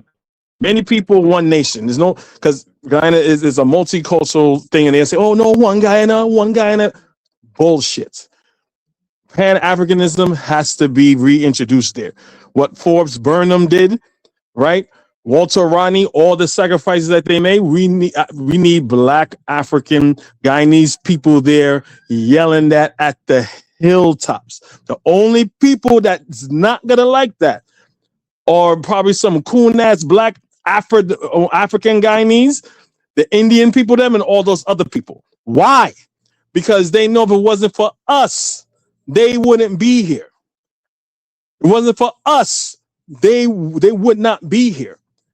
All that they weren't around during when we were occupied by the Dutch and kicked the Dutch out. They weren't around over time when the English was here. We kicked out the English. When we fought against slavery and we were still a colonial power of the British Crown, they went and they got some Indians.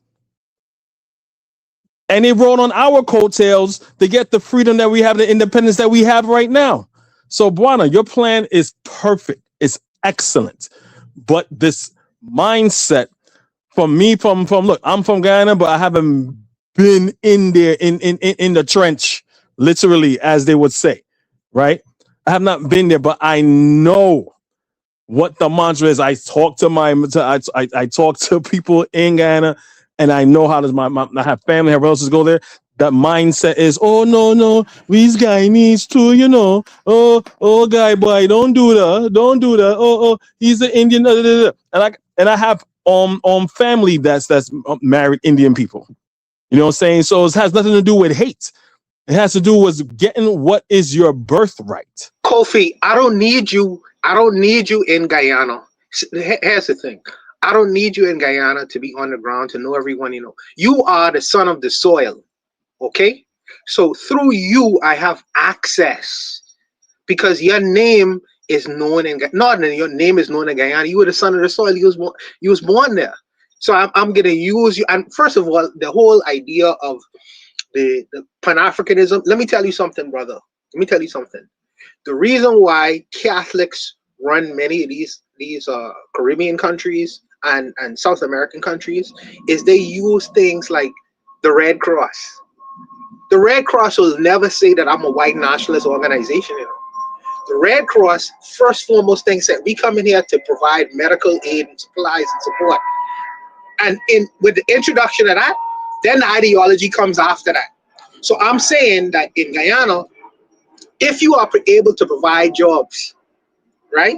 If you are able to provide jobs and opportunity, everything that comes along with the institution you have created comes along with that. We're not going to come out and say we Black power. We don't have to say that. We are presenting opportunities for people and feeding people. And within those institutions itself, they say, well, this, you know, eventually people gonna realize that this, because the Indians don't say it's Indian power running Guyana. No, Imran Ali don't talk like that. He say one people, you know, which is nonsense because only one people have the majority of the wealth. So he comes and say, well, we really want to do for the country. But if you look at the contracts and who getting the contracts, it's the majority Indian people. So exactly. That's what I'm saying. That's what I'm saying. That's what I'm saying. So when you giving these jobs out, like, oh, give some to Ravi Prasad. They're like, all right, Ravi Prasad, you just hold on there, man. Right? I'm gonna give it to Jerome Johnson here.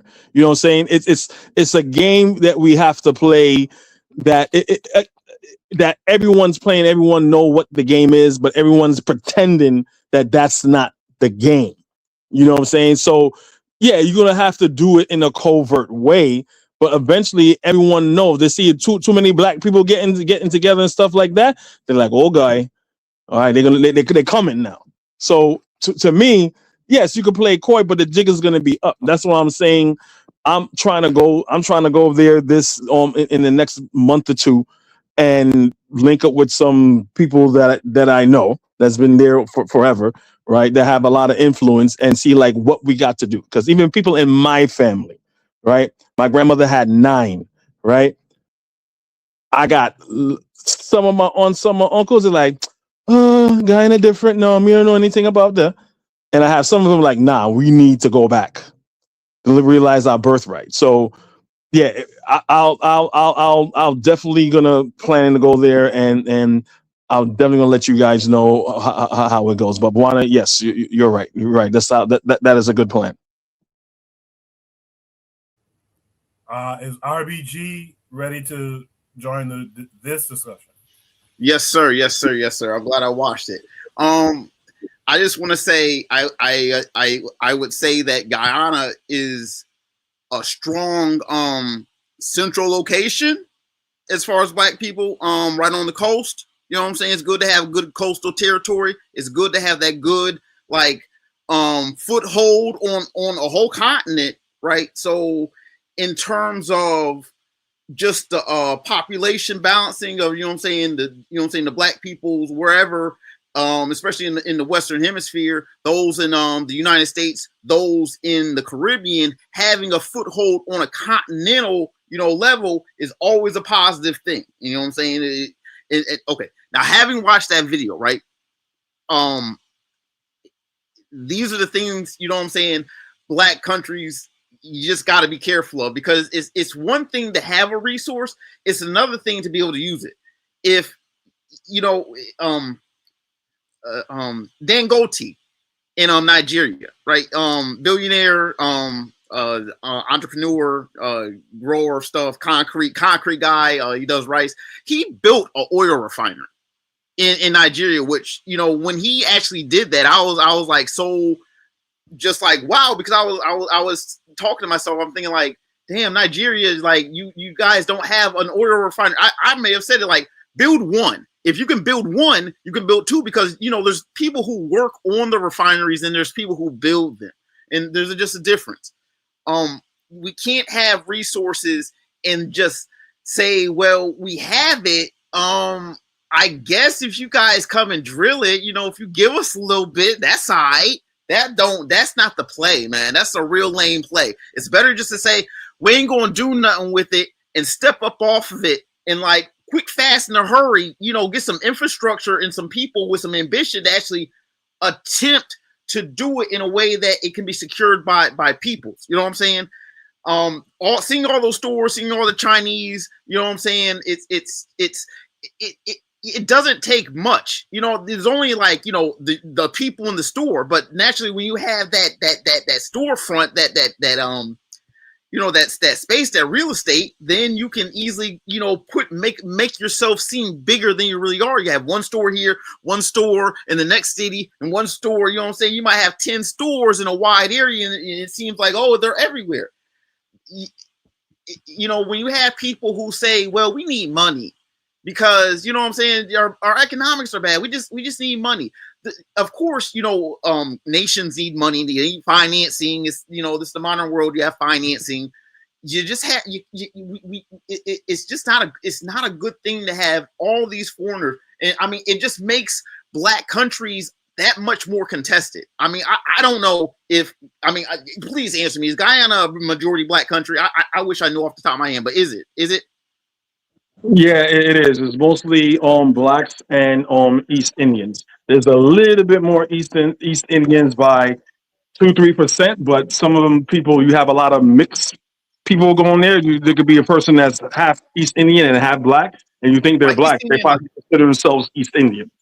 like India or like Malaysia. Like when we say East. So the real quick history of Guyana is that it was a Dutch colonial country, right, under slavery. Yes.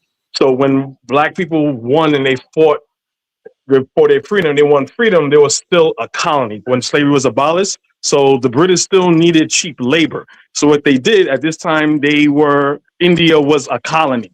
So what they did, they lied to these poor Indians and say, hey, look, if you come work in Guyana, Fiji, a couple other places, Trinidad, a couple other places like that, they hired them as indentured servants. But what they did, they weren't planning to pay them at all. They never paid them. Okay. So that's how East Indians got in Guyana and Trinidad. Guyana and Trinidad are the two Caribbean countries that have the highest concentration of Indians. And when it comes to the Chinese came there much later. On my birth certificate, a Chinese doctor delivered me, Mr. Chin. So there was always Chinese there. Like there's Chinese cuisines there called chow mein. It's a different version of lao mein. My wife is Panamanian. They Chinese in Panama too, and they have something called lao pa mein. So they have their cuisines in there too as well. But go ahead, brother. Okay, I appreciate that. Would you say that Guyana is like? Is Guyana one of the blackest countries in South America? Would that be? No. Is that a?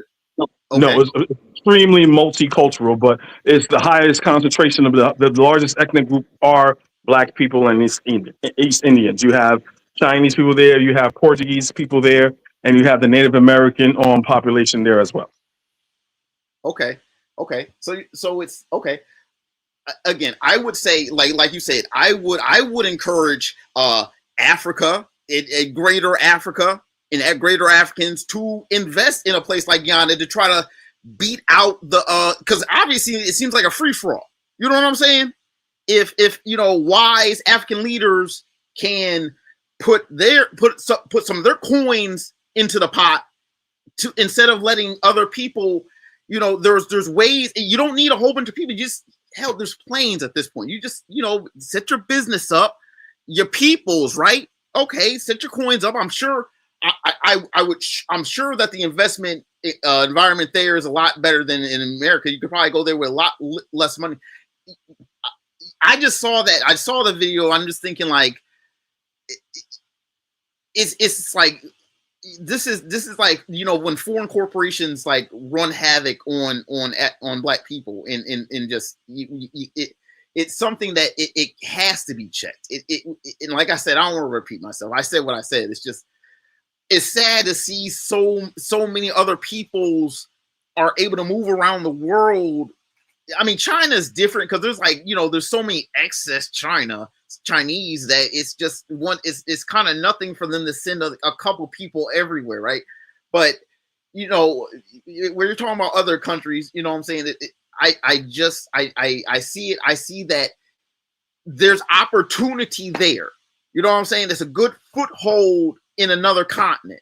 And I think that's how Africans should look at it. I'm gonna pass the mic. I actually have to go, but I thank you for letting me speak.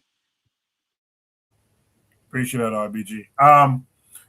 We were talking about Guyana in terms of oil, but one of the just as big reasons that China has an eye on Guyana is because of all the farmland. China is very big in the Caribbean on trying to acquire land for food security. And Guyana, it's known now that Guyana could feed itself and most of, if not all of the Caribbean. It has that kind of potential. So it's something that we definitely need to keep our eye on and try to build up as well. Good conversation there. This next conversation, Shoot the Breeze topic number 3. It's going to be a little bit of a doozy, I think, but we'll make our way through it. If you've been on Twitter recently, you've seen this phenomenon, this event that happened. We're going to discuss it. Shoot the Breeze topic number 3. Last week, we discussed that this was only a social media problem, but this is much more of a global problem. Are you convinced now? So this prompt is referring to is last week, I read an article talking about the alt-right you never knew existed, which was black women.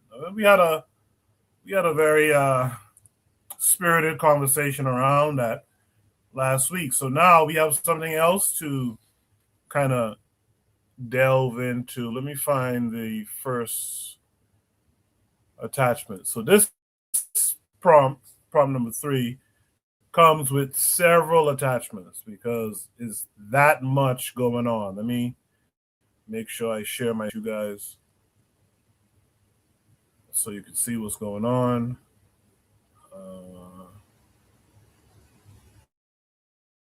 Yeah, there it is.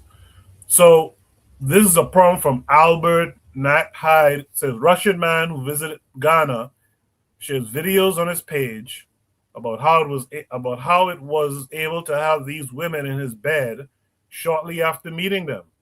Are Ghanaian women this cheap? Bonkers. Let's watch the first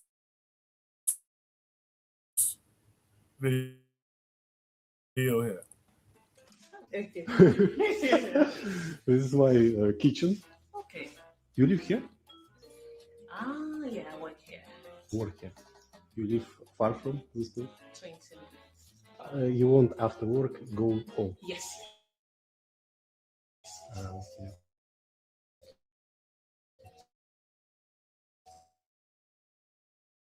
Okay, I'll leave in the morning. Okay. Just a moment. I'll be Yes. Mind come in? Microwave. No.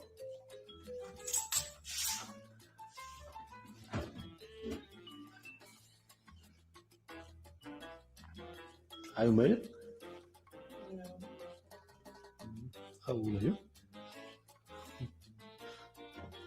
What? How old do you think I am? I'm 32. 32. You look very younger. Everybody says that.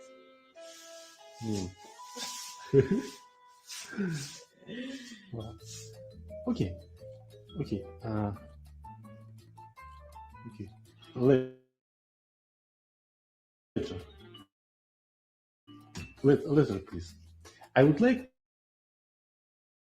to know you better, know you more, because I like how you look. Okay. You look very, very good.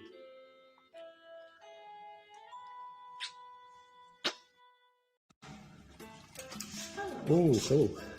Thank you very much. You're welcome. Come with me. I show you. I show you how I live. Okay. This is my room. Okay. This is my kitchen.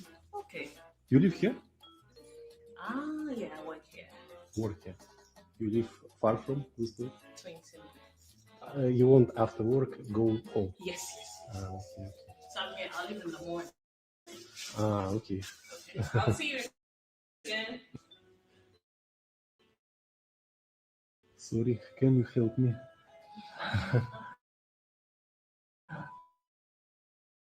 I can't turn on the mic.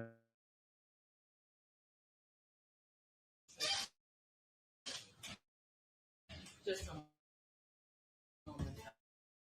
I'll be Yes. Mind come in? Microwave. Oh.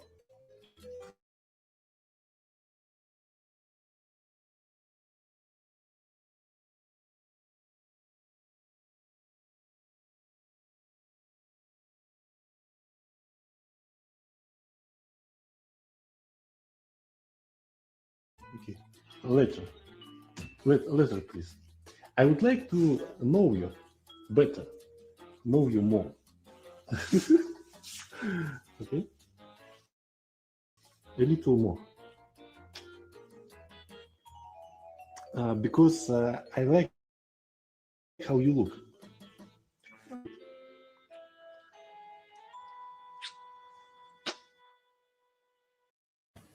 So let me try to get through these. I played that twice because I saw in the chat it was buffering. Streaming these video playbacks put some strain with all these tabs I have open on the computer. So that's why you get some of that stuff happening. Let me try to share these attachments quickly before the whole thing just crashes. Well, I suppose I can have to one quick second, but immediately I'll tell you something. I was repulsed by that first video. That's the first one I saw as well. And the sister actually reminded me of a woman I know in America, and I guess that might have helped or aided in my being turned off by the whole thing. So let me try to connect this again. I'm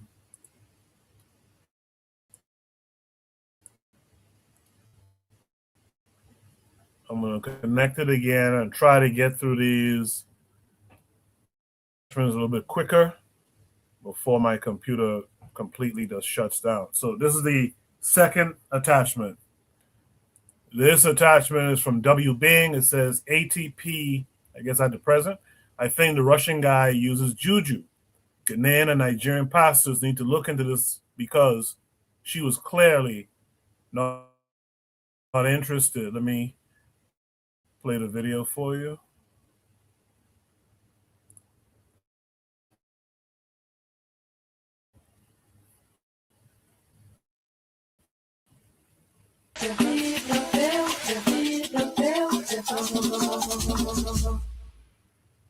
Batuque brasileiro, na roda tem pandeiro, bate meu coração no ritmo da canção.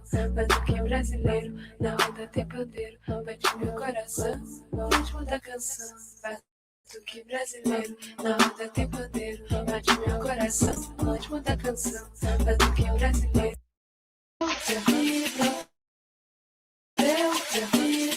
Batuque brasileiro, na roda tem pandeiro, bate meu coração no ritmo da canção. Batuque brasileiro, na roda tem pandeiro, bate meu coração no ritmo da canção. Batuque brasileiro, na roda tem pandeiro, bate meu coração no ritmo da canção. Batuque brasileiro.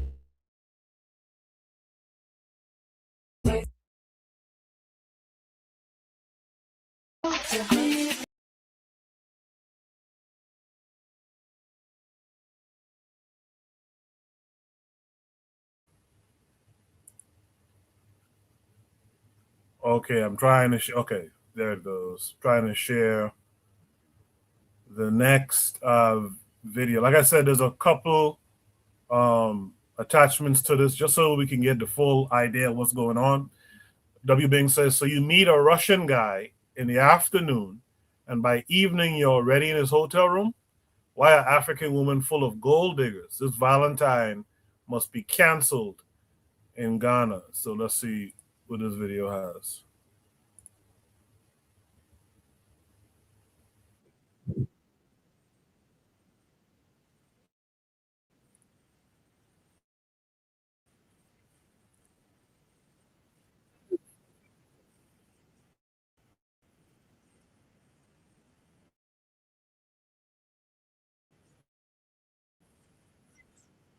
All right, just see where StreamYard said my audio just dropped. So just bear with me through these technical difficulties I'm experiencing here. But let me share my screen again.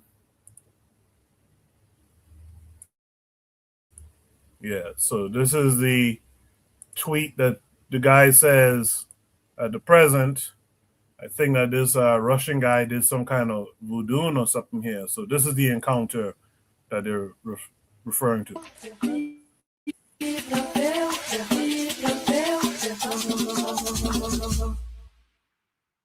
Batuque brasileiro, na roda tem pandeiro, bate meu coração no ritmo da canção. Batuque brasileiro, na roda tem pandeiro, bate meu coração no ritmo da canção. Batuque brasileiro, na roda tem pandeiro, bate meu coração no ritmo da canção. Batuque brasileiro.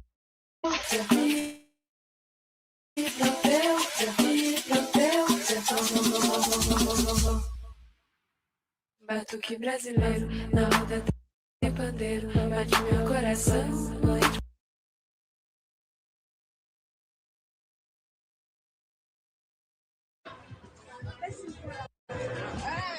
Hi, you live here? Yes. Where? Work here. What's your name? Esther. Where you go? Home. I would like to see you today. Me today? Yes. Today? And where? I live here. You live here? Yeah.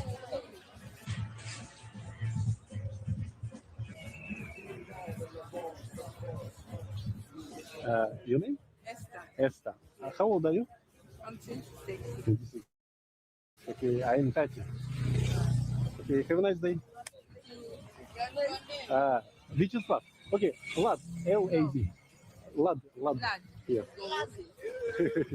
Скоро станет ночью темною без снов, а недолгий вечер станет ночью темною без снов. И снова седая ночь, и только ей доверяю я. Знаешь, седая ночь, ты все мои тайны. Но даже ты помог.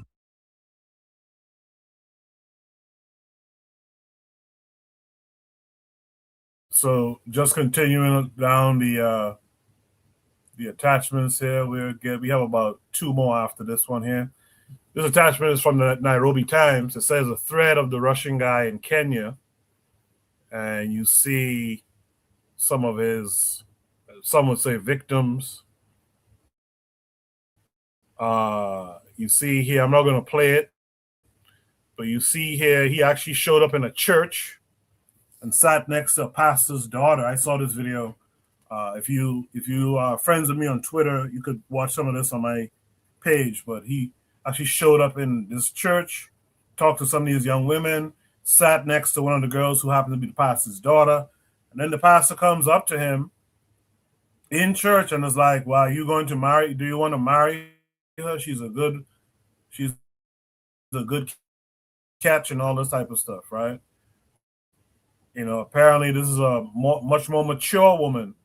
He's you know, really. I think there was like 800 videos in total that he posted of these.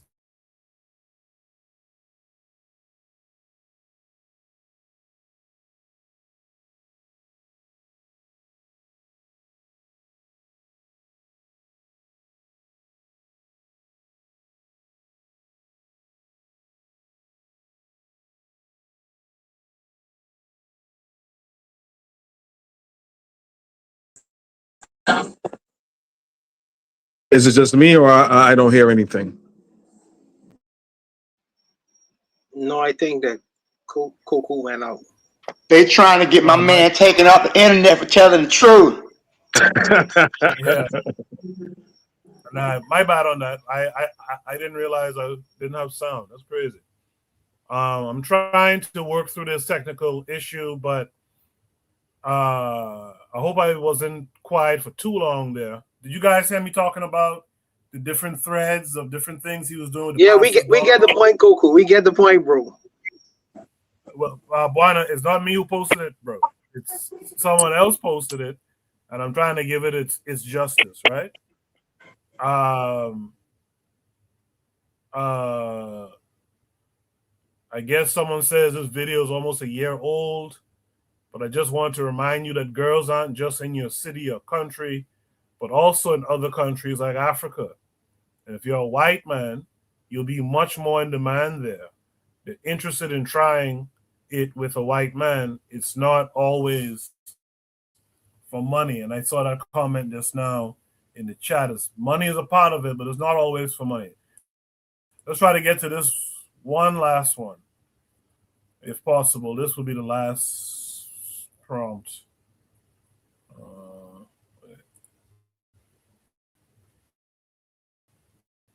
Maybe it's not working. Anyway, how many of you in the chat, just drop a 1 for me. How many of you saw this story as it appeared on social media this past week? I'll get to the comments in the chat in a second, but let me start with my boy Black Steel on this one. Black Steel, let's see. Well, you know, me and you were kind of going back and forth on X with this topic. Man, I'm gonna piss some people off tonight, but that's all right. And I had my crown. I'm ready to go. Anyways, let me say this. Whew. The common denominator is whiteness, right? These people, we have to understand the image of the white man, the white woman in the black person's mind. I'm not gonna make this gender neutral. I'm gonna focus on the sisters tonight because they embarrassed themselves tonight. They really this was an embarrassment to see, right? These women are not hoes. These are not prostitutes. Some of these women were married. Women had families. Some of these women had girls. We have to understand something. I got a white friend. I used to, go to school, whatever. And we was out at one night at the club. Let me tell you something he told me. Black girls are easy. Quote. Watch me. Right? This is a fact that I have seen. The things that will get you as a black man turned down, as a white man, you will get it. Because whiteness has the ability to erase all type of manner of imperfections, sins, whatever, right? I've seen black women go out with white crackheads, okay? Drug dealers. Remember that one white dude was in, I forgot where he was, up north, and he got HIV and was spreading all them black women? The reality is, right, many black people value whiteness. And as a combination, many have low racial esteem. This is something that we really have to deal with. That the menticide, that the indoctrination and the constant reinforcement of blackness as a negative makes people value and seek whiteness. It is not just black women, right? It is women of all races. But we're talking about black women tonight, okay? We're talking about black women tonight. The fact that this white man could go to Africa, not just Ghana. He went to multiple countries, and he's just racking up bodies. He's putting up Wilt Chamberlain numbers on women, on bodies, right? These women don't know this man, but the fact that he is white, right? He is seen as something to aspire to, right? We have to kill the white supremacists in our minds before we can do anything, right? We have to destroy that cracker that lives within us. And he's a strong cracker, because look at this. All right. This white man is going, hey, I like you. And he's not even using no game. He's not even trying to, as the kids say, riz him up. Right? He's just saying, what's up? What, you want to go back to my room? And his whiteness ignores, it basically counters all of his imperfections. Right? It's not about them having consensual sex. We understand that a black man in that position would never be able to do that. I like comic books, whatnot. A couple times we went to, my friends and I, we've been to comic book conventions and whatnot. And we go around, people dress up as superheroes and whatnot, taking pictures and whatnot. There's a black girl, she had blue hair. And a friend of mine, he said, hey, come here, hey, my mama, hey, little mama, I like your hair. Who you supposed to be? Because he didn't know who she's supposed to be. She turns around and with the most, fuck you, motherfucker, just goes off with him. And then she runs to her white boyfriend. Now, mind you, the same black people who would criticize you for being into that sort of thing, for a white man, it's okay. White men are given passes that a black man would never do, because the white man's whiteness values him, because in their mind, him being white makes him valuable. He's able to give her access to a better quality of life. Remember not too long ago, that girl became this whole series talking about the Danish deception. She was saying she met some Danish prince, and she took him to Nigerian. Like, she took her family. She was Nigerian, and he met her family. He's borrowing money from her family. Now, we all know, had that been a black man from the U.S. or from Jamaica, he would have never been able to do what that white Danish man was able to do. Never. Okay? Because they value his whiteness, right? Because let's be honest, and if Cheryl was, she would agree with me. The acceptance of Christianity, right? Christian values, mentally, you see the white man as God, right? When you see a picture of Jesus, you don't see a black Jesus, you see a white Jesus. You connect this in your heart spiritually. So when you see this white man coming to you and he's blessing you, right, with his presence, his attention, their minds, right? And it's so crazy because when you look at the history, man, the white man has committed the most terrible crimes everywhere. The white man has committed genocide on every inhabited landmass, right? The white man has driven multiple species of animal into extinction. If you look at the Epstein, we know everybody's talking about the Epstein files, right? Who's majority in them files raping kids? White, wealthy men, the same men that these women aspire to. So even pedophilia, The majority of pedophiles, I'm just talking United States, like 70% of 77% of pedophiles are white men. Okay? But yet, all of this can be forgiven because he's white. Because he's a white man. Because he has a ticket to paradise, right? It's crazy when you say this, and we see this with our own eyes, and people still want to deny it. We got to kill that white man inside of us. And unfortunately, a lot of our sisters is too far gone. That's what the whole divestment thing is all about. To separate from the black community, to flee from Blackistan, as they say, as if the European is not the author of the problems of the black community. They want to ignore that and go sit up under some white man's nuts like it's going to make things better for them. These people are not loyal to their race, they're loyal to their feelings, and they're loyal to their desires. And they'll start the entire black community to get up under some Russian white. We don't even know this man has some type of STDs. We don't know if they use protection. We don't know none of that. Again, these women, some of these women have children. Some of these women are married. He's picking up hoes. He's picking up the regular, and you can't. And let me say this too: he couldn't do this in Russia with white women. He couldn't do this in fucking United States. He can do this in Canada. He can do this in Germany. But he can go to Africa and do this. And the fact that you have other black people, if not co-signing it, right, making up excuses for this behavior, man, we got a problem, man. We got a real big problem. We're never gonna be free physically if we can't kill that white man in our minds mentally, right? And I can't think of who said this, but I remember somebody said that the one of the functions of colonialism is to turn the world into the white man's brothel, right? And we can see that every time. And this is a good example of that. They have turned the world into the white man's brothel. All right. And this is a key result of low racial esteem. I don't know how to solve it, Coco. I wish I did.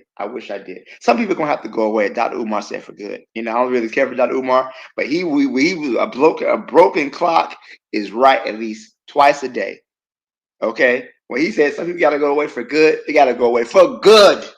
All right, because you have internalized white supremacy and white ideology so much that the minute a white man came around and gave you a crumb of dick, you was ready to jump on it. So I'm gonna leave it there. All right. I'm sure you may fight with me, but I'm ready for the smoke. Let's go. So let me give him the smoke then. Let me give him the smoke then. Go ahead. Let me give him the smoke then. Because I'll tell you why I didn't see the videos because I don't be on social media like that waiting to see. To me, them women look like prostitutes, right? That's what I thought they were. Now watch this. He showed the women that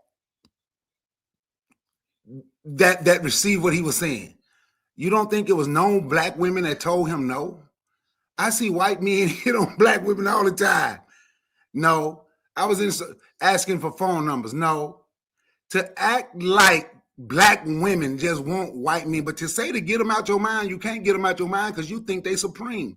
That's why y'all keep screaming white supremacy.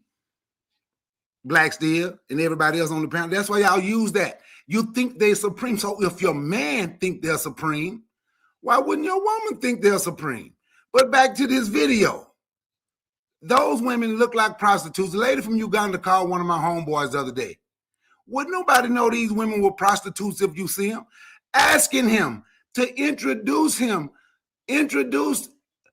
and four of her friends to some African-American men so they can get married. You wouldn't know they was prostitutes if you met them. I know they're prostitutes because I know him and I know the backstory about these women. But to think every black woman said okay, it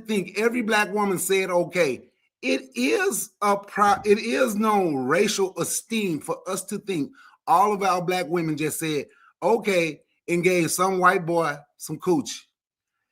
He probably had more. Let's say it like this. I look at it like a business. One yes beat out 50 no's. So he showed his yes, but didn't show his no's. And for Trigger Happy to say it's the majority of black women, you are right. We don't have racial esteem. We do not have racial esteem because we can think our mothers and grandmothers and daughters want to be with somebody white. Our sister, the only reason that they were with someone black because somebody white didn't approach them. You are correct. It is a problem with racial esteem. And I would still say some of those women were hoes. He can say he didn't pay any money. He can say whatever he want to say on a video. But if you go through that video, the way those I don't know if y'all ever talked to any hoes or not. I don't know if y'all ever talked to any prostitutes. But if you talk to a prostitute on the street, the reaction he was getting is the reaction you're going to get. You're going to get the same reaction. I don't know if y'all ever been cool with any prostitutes. I had a couple prostitutes I used to hang out with. I didn't care about them being a prostitute. That they coochie. But the reaction he was getting, the reaction the women was giving him, to me, I don't know if they were prostitutes or not. When I talked to Koku and told him I saw the conversation he was going back with some dude on Twitter. What did that black man say? White people are superior. Ain't that what he said, Koku? Absolutely. Ain't that what the black man said? White people are superior, so you should not be upset because your woman won't one. That's what the black man said.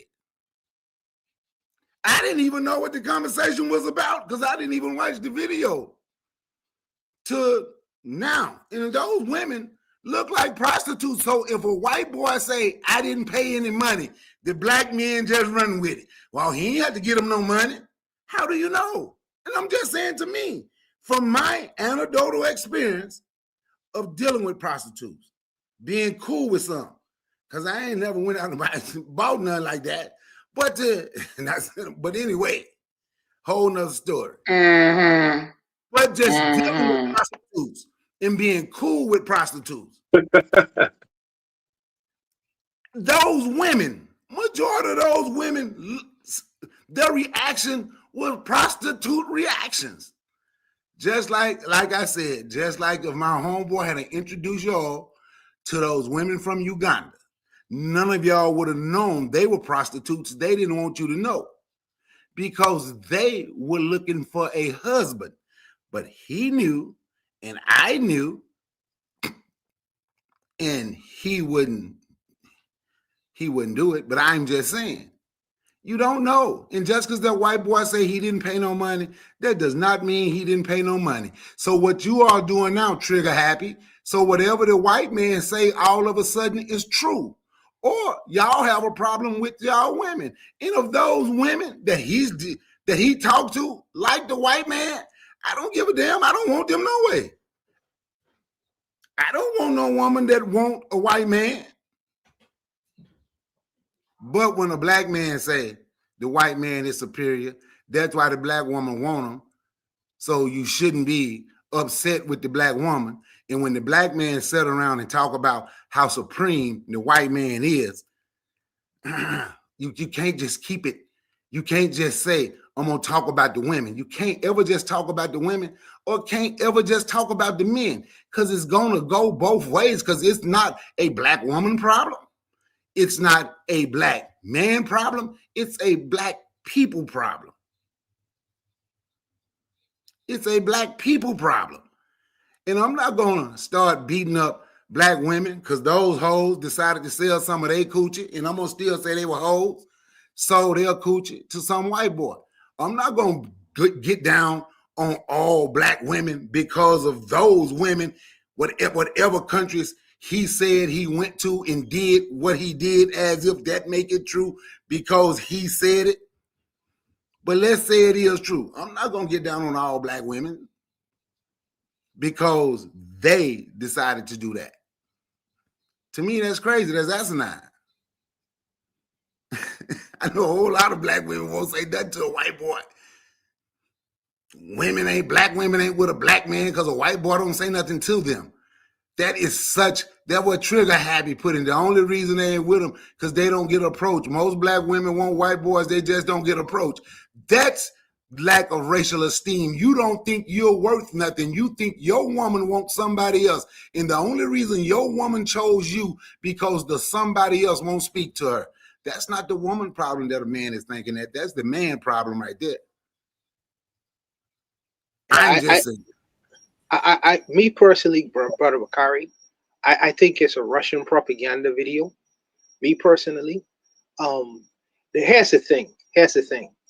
I am not in control of women's body parts. I cannot tell black women what to do with their body parts. The question I have is, can a Ghanaian man go to Russia and fraternize with Russian white women, and by the next day he wouldn't get run out of that country? Better yet, he wouldn't even make it out of the country. You know why? Because the Russian men, Putin them, would make sure he would set an example. We living in a black liberal women world right now, where women can determine to do anything, and I ain't gonna talk against women, but I'm saying that if because it's not that like Russian women ain't attracted to Ghanaian men, and it's not that Ghanaian men can't make the same exact kind of video for Russian women, but the consequences are different. Because the Ghanaian man would not be able to even make it out of Russia if he was to make such a video. Now, here's the thing. I live in a country called Nassau, Bahamas. Nassau, Bahamas is what you call a leisure economy. Brother, women come from all over the world, from white women, by the way, lawyers, doctors, women of big affairs in their countries, American women, judges, and so forth. I can show you train videos where black men who are jet ski workers pulling trains on women, from younger women to older white women, people who consider to be important in their society. I can show you this exact same kind of horrible. I mean, well, what some people is to consider horrible videos, but porn videos are what white women get up to in these Caribbean countries. No one ever say, well, all the white women are whores and things like that, or they prostitutes and stuff like that. Because when they go back to their countries, they're well respected. No one ever questions it. But I know these things happen on a daily basis when they come to these countries. But we have to put, like I say, the propaganda videos with the Russians. How so-called easy the Ghanaian women is. When I don't, like I say, I don't mean to throw a wrench in things. I don't know if it's a racial thing, because someone said, well, maybe the white women have low racial self-esteem because they try to fraternize with the first dread they see on a beach, and they end up pulling trains with him and his friends on the beach. And you could see videos of this shit. Or see, now it's sexual tourism now. It's sexual tourism when white women do it. But when black women fraternize, it's because they have low racial esteem. You have to be consistent. I don't know. So, like I say, I don't own women's body parts. I don't care to get into what they get into. Me personally, when I was living in the UK, this Arabic Muslim guy was catcalling the woman I was with at the time, the black British woman, and me and him almost getting into a fight. And my woman at the time, she couldn't understand why I was getting so enraged. I'm like, do you think that I would ever be able to talk to any of his women wearing a hijab on, walking down the road? If I was to do something, I would be lynched. He would call all his friends. He would be outraged. Because there's consequences to that thing. So for me, in my mind, it's the same energy. I give him the same kind of energy. You're not going to disrespect my woman, and I'm not going to disrespect your woman. It's all cool. You know what I mean? But for me, on a personal level, I feel like this is a propaganda video, and there should be consequences. I think the Ghanaian government should get him the hell out of that country. or make him not leave. Jail him. Jail him. You know, because for me, this is outrageous. And like I say, I understand we living in a world where women, you know, should operate and they should be liberal and do the things they want to do. But there are some things that's outrageous to our community. You just don't come into a community and do anything you want to do. It doesn't work that way. It doesn't work that way. And I don't mean to come off as what is it? People, the sisters call me misogynist, and you say you're telling me how to control my body parts. No, no, no, no. It's just I'm saying that you should be very careful about how you carry yourself, especially on video. Because me as a black man, I could never go to Russia and do the same things this man is freely able to do in Ghana. You know, without there being some consequences of it. You know, but like I say, I don't want to rant. I'll leave it there, Koku. Sorry for interrupting. Before Kofi gets started, because I know he's up next, man. Man, listen, y'all. No, We gotta go come. ahead. Go ahead. I'm enjoying the conversation. I really don't have much to add. I'm enjoying the conversation. We gotta listen, man. We gotta tell the truth and shame the devil, as my aunt would say, man. We got a real big problem critiquing and criticizing black women. We really do. Okay, my mama black, my baby mama black, my sister black, my cousin black. I love my sisters. Okay, but we gotta be honest and keep it 100. Okay, nobody said anything about all black women. Nobody said that. And for that to be even introduced in the conversation is a straw man argument, because nobody said that. I was repeating what Trigger Happy said in the chat. I wasn't talking about no one understands. We understand that it's not all black women. It's not even, and we say we don't even know how many it is. But let's be real, right? We understand the image of the white man in the black woman's mind. Okay, there's plenty of black women who ain't gonna. Okay, for example, right? If you look at marriage statistics, right? If you look at the statistics on marriage, most people marry within their race. This is a fact, right? We bring this up often about people marrying outside their race. But most people tend to marry within their own racial ethnic group. But usually, they did a study on some dating sites, the man that is desired the most is the white man, and that is across all racial groups. I don't agree with that. But Buana, I'm gonna tell you something, Buana. The number one pairing of interracial marriage in the U.S. is Asian women and white men. Okay, and I don't know how many Asian people you know, right? But they will tell you explicitly.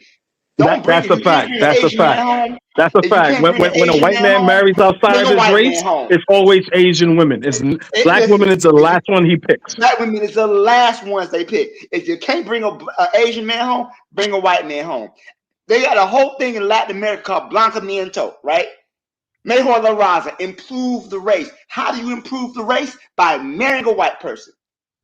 That's how you improve the race. So we can't just act like these things are just some one-off thing that just we never heard of. This stuff goes back centuries, because some people want to escape blackness. And the way they escape blackness is by fucking a white person. And back in the day, a black man couldn't just fuck a white man. Couldn't fuck a white woman. They would literally murder you. The whole goal is to turn the world into the white man's brothel. These black women are just on camera doing it, right? So Black Steel, please explain to me the white woman dynamic who comes to the Caribbean and whores out herself and does the same exact thing. But she doesn't marry them. She goes sow her little wild oats, and she goes back into white society like it didn't happen. That's different. Thank you. It is the power dynamic. It's the power dynamic. See, just like you mentioned how a black man could never go over to whatever country and do that, right? Because it's about the power dynamic. White people, and I'm not saying white supremacy thing, but we have to realize that we live in a world that is dominated by whiteness. Okay, well, you may not like it, but if you have a country that literally is bombing your citizens in the ocean and you can't do anything about it, okay? You got the United States blockading Cuba, full of black people, by the way, 11 million people starving it, and not a single country in the world that can stop this. We are dominated by whiteness. Let's just call it a buck. Let's just be real about it. Mentally, physically, militarily. Now that we know the truth, what do we do about it? But we got a problem with criticizing sisters. They have no problem criticizing us. Black women will sit on here and shit on black men all day, every day, 365 days a year, 24 hours a day. They don't mind it. You hear they say, oh, black men, the weakest links, black men doing it. But the minute we say something about black women, oh, why you talking about this? And fuck them, man. Kevin Samuels. You know what? And I understand you say fuck them. I got you. And that's how black men feel about black women. Because a black woman said on YouTube, in ish on black men, I'm not going to turn around and ish on black women. I'm not going to sit there with those black women and ish on black men just because other people are stupid. That don't mean I have to be stupid. They're not going to dumb me down because they chose to say something negative about black men and try to put all black men in a box.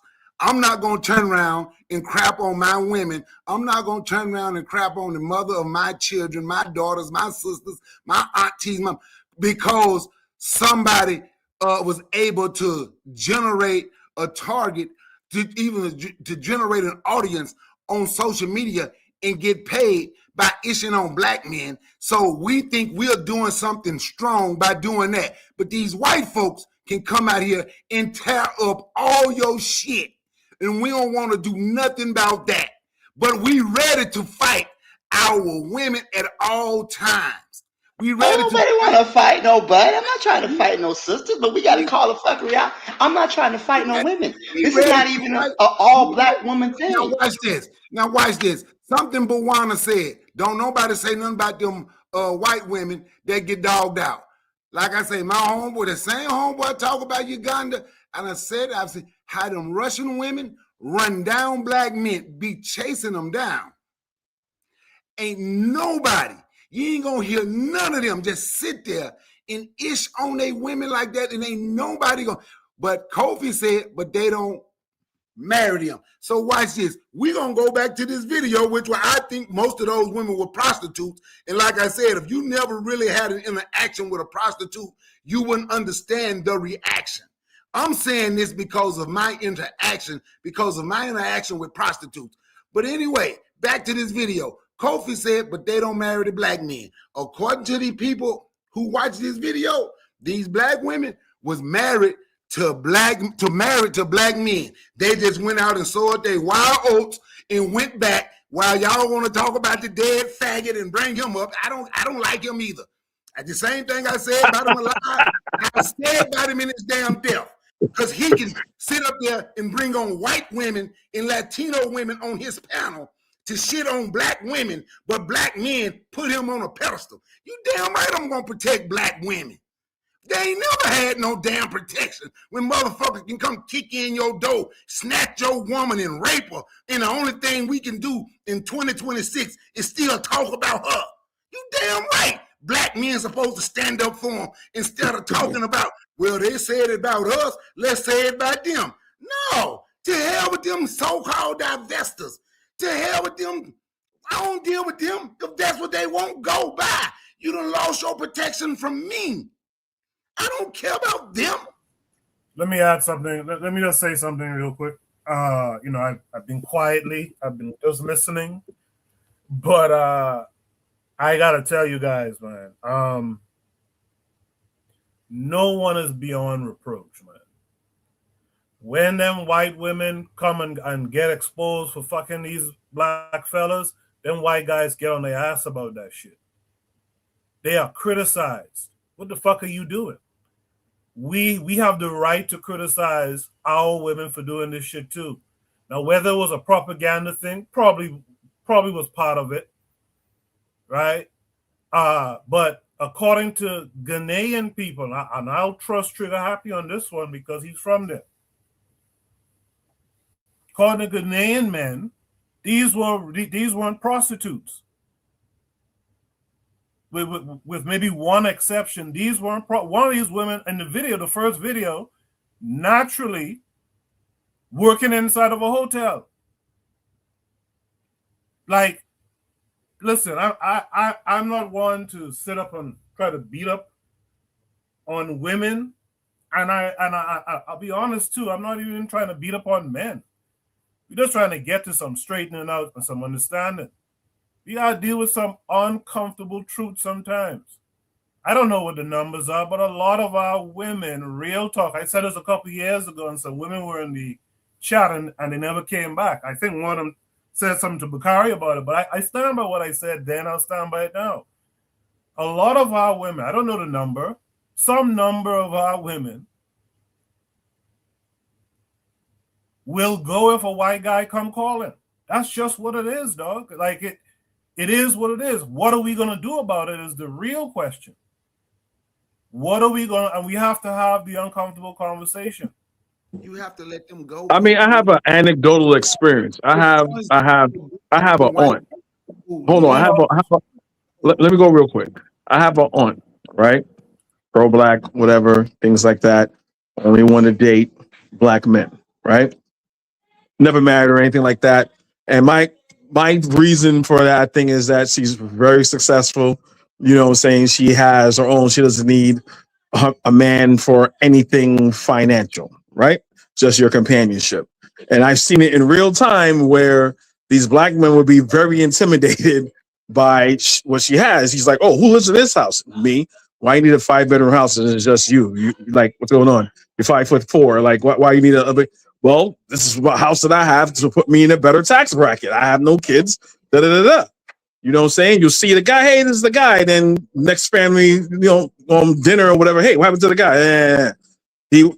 I'm saying to say with all of this, and my aunt's kind of like, because she's a nurse. She was like, I think they had this white guy that was crazy about me, but I didn't want to date him because I don't want to date no white guy.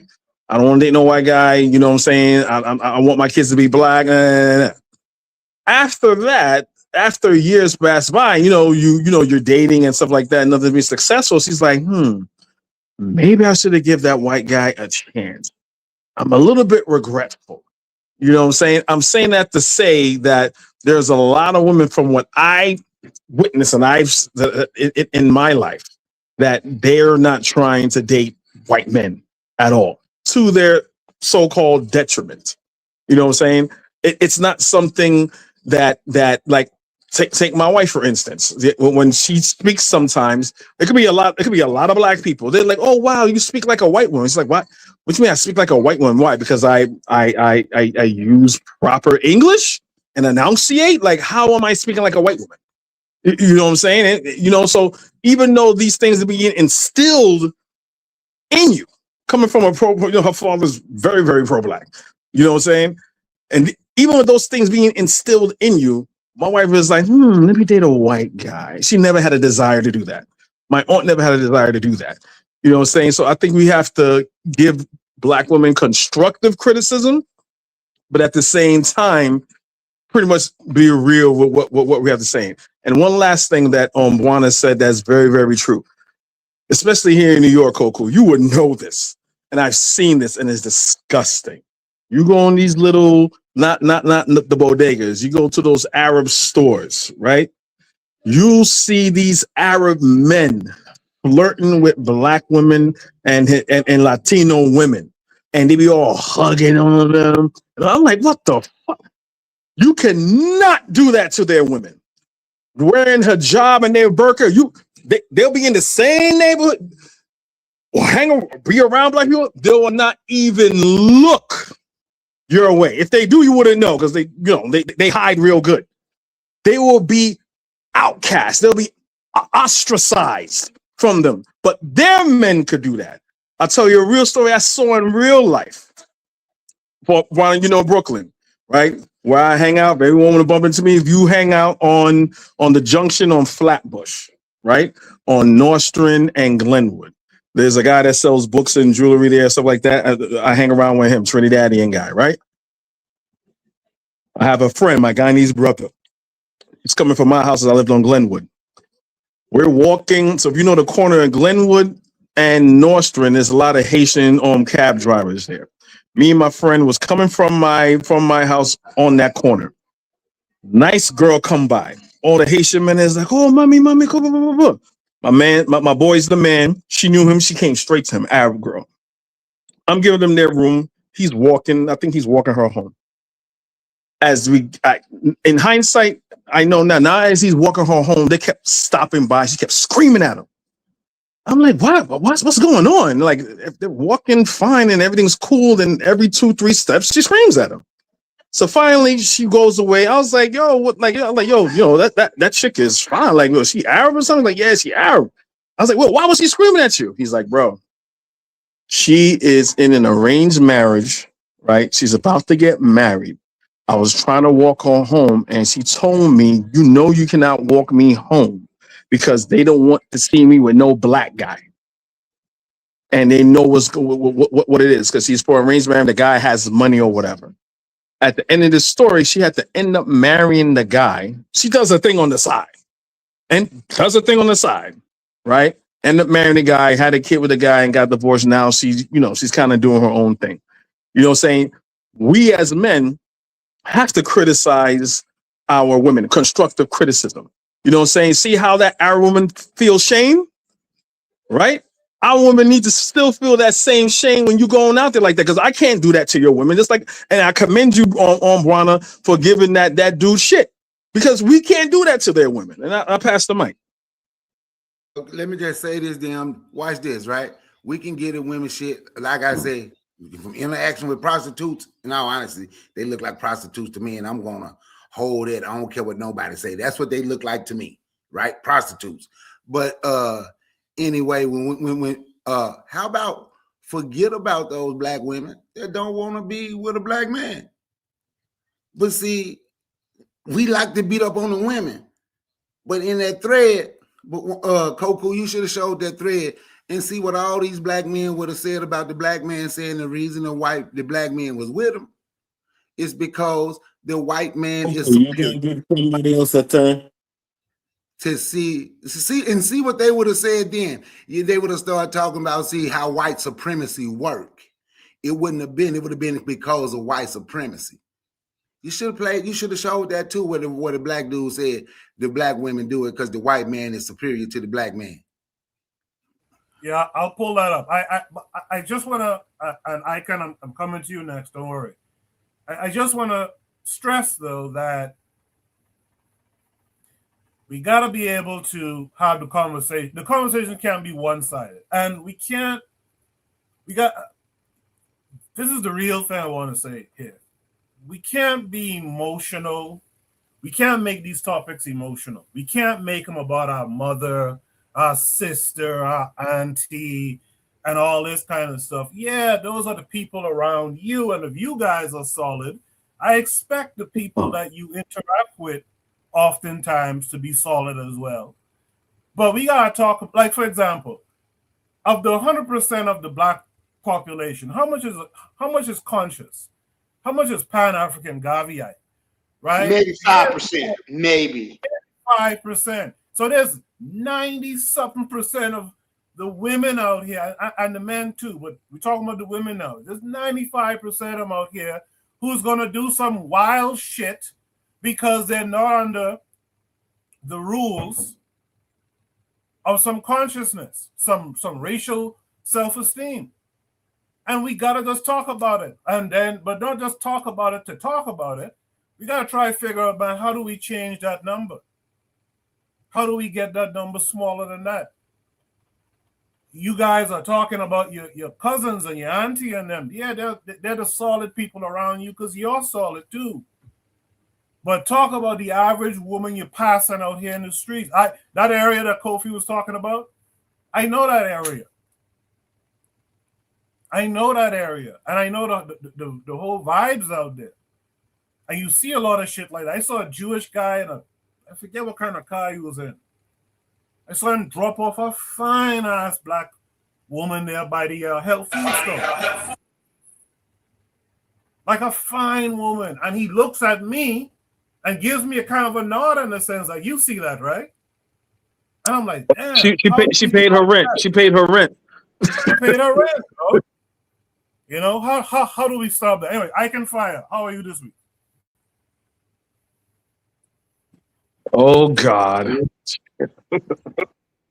I can find how you Respect to all the people on the panel. Ultimate respect to the host. The Russian guy is not wrong. I like what he did. Nobody should do nothing to him. And nobody should say nothing about him. First of all, thank the Almighty Ra for the internet. Thank the black Nigerian for creating the internet. Thank the Ghana man for creating the fiber optic cable. And thanks for the black American that created the cell phone. And all of that is what is letting out all of the secrets. If France put a foot in Africa, we know now. If America put a foot in Africa, we know now. It's not on the news. We don't see these things on the news, but we know. Because of what? The internet. Now, what went on in Ghana, it's a long time tradition. Feel me? Feel me? But the Russian guy is innocent. He's not a colonizer. So he don't know the behavior of the colonizer. The colonizer would have done it without the video. Because that's what they do over the years. But the Russian guy, he's not a colonizer, so he don't know.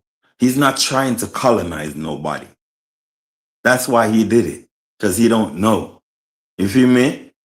And I'm glad he put it out, because I'm tired to tell my people that we don't own our women. They don't belong to us. They're just around us because they have to. And they were born out of us. And they have to be around us. But the black woman, the reason why we have to talk about her is because she has a mouth. If her mouth was sewed up, we wouldn't have nothing to say. But she can dictate terms and she can dictate conditions, just like us, the men. You feel me? So why don't criticize her? And she's also powerful. You feel me? Maybe not physical powerful, but she's verbally powerful. You feel me? And she raising children. And those children will take her attributes. These are the things that's necessary to talk about. Now, the black woman is the teacher and the promoter of shit, I forgot that word. You feel me? Yeah, the forgetful word. You feel me? Amnesia. She is the teacher and the promoter of amnesia. The black woman loves amnesia. You feel me? Yeah. The black woman. And all of them. Not one of them, all of them. You go ahead and go speak to the random black woman and tell her you want to speak to her about consciousness and black upliftment and black this and black that. Go tell any random black woman that and see if she don't shut you down. See if she don't shut you down right now. Because that type of argument is boring and it's also opposing her. What would you say that about Asada Shakur? Fannie Lou Hamer? Well, no. All right. You said all black women. All right. Okay. Shirley Chisholm? 90%. You feel me? Listen, the reason why it's like this. We the Pan-Africanists have to struggle hard for our voice to be heard in the black world. So actually, most black people are flipping idiots, male and females. Most black people. And I'm talking about even university scholars. I'm talking about teachers, doctors, lawyers, living idiots. Living idiots.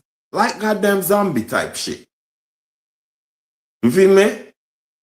And in their actions, you can see they are living idiots. Now, what I want to say is we are colonized people, right?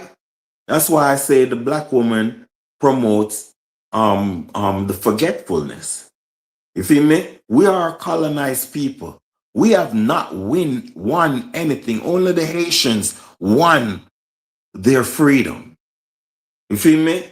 But we in general have not won anything. So we actually adapted to the plantation, and the plantation adapted to a modern state.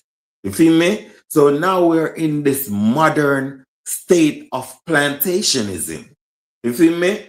Which we are like what you call the lady who was a savior of the black people and the underground road where people was telling her they not slaves. So who told you you were slaves? And you feel me? And she had to say if they knew they were slaves. It's the same thing right here where Jamaicans, a lot of them all cocky, talking about Africa dirty, Africa this, Africa that. You feel me? Let me tell you something. Our black woman is one of the major ones in our communities abandoning blackness. They used to be forced to wear the wigs. You feel me? But now they are not forced to wear the wigs. They are what you'd call and they are not. It's like I don't expect black women to take up anything and fight. You feel me? I don't expect that. I don't expect her to have no shield and spear. You feel me? But what I'm talking about is the black woman is supposed to back you. You feel me? It's like we not no warriors anymore. We just some little slaves on the plantation walking up and down. Who is backing the black man? If the white man can come and just go through our community. I mean, these are opportunities that a lot of us in our own communities don't have. We're a random black chick. Oh, what's your name? How old are you? And come with me.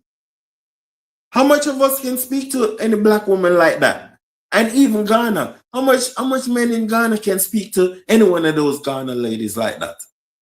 You feel me? So they're giving us a hard time in our communities, and they're easy to the white man. You feel me? A lot of us, even the people around us, we still have to fucking scrutinize, because if you're not pro-Africa and dealing with pro-Africa shit, you are a sellout and you are a problem. You feel me? If you're not involved in Africa and you black, that's a major problem. Now the black woman is raising a whole army of men that only cater to her. That's what's going on right now, where you have men will feel as if putting black women in their place, holding them to in regard and holding them to certain standards and discipline, that's an offense. How the goddamn we as men is going to talk about putting down our foot in our communities, and you gonna be telling me about you're offended? Who is the power? Who is the power in the black world? Who is the power? So it looks like we maybe have to show power too. But how we show power is winning this war. Where's the black woman place? See, that's what I'm talking about. Hey, I'm not talking to you. Let me talk. I'm not talking to you. Anyway, what I'm trying to say is bro, let me talk, man, and be quiet, man. Let me talk, man. I just criticized black women in her And face. I'll finish talking in a minute. You can't bully me, bro. Just be quiet. I'm a man. I ain't no girl. So you can bully a girl, but I ain't, stop playing with me. Anyway, what I'm trying to say is, yo, be quiet, man.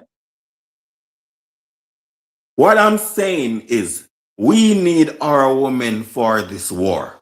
This is a war. You have Europeans getting all frustrated about the Sahel taking control of their own destiny. You feel me? We need to win this this war, extended war, where we need our continent. We need our continent to be a world power. We don't need our women to be a distraction. We need our women to be behind us all the way. We don't need her beside us to take gunshots. We don't need her in front of us to take gunshots. We need her behind us to back us up. You feel me? That's what humanity is for. That's what humanity is. So we don't need our women belonging for another race. And these things is what's going on. We need to get rid of Christianity and infiltrate the education system with black conscious curriculum. You feel me? So we can raise our little daughters with a black conscious mind and our African pride mind. You feel me? That's all I'm saying. Thank you, sir. Real quick, I just want to touch on the simple mathematics of it. I asked a question earlier. What percent do you think of the black population is conscious? Black still thinking like I'm thinking. He said about maybe 5%. Well, if only 5% is conscious, that means 95% of our people are not standing on race, racial issues, racial self-esteem, etc. So doesn't it follow then that whatever the white guy wants to do, they're going to follow, both men and women?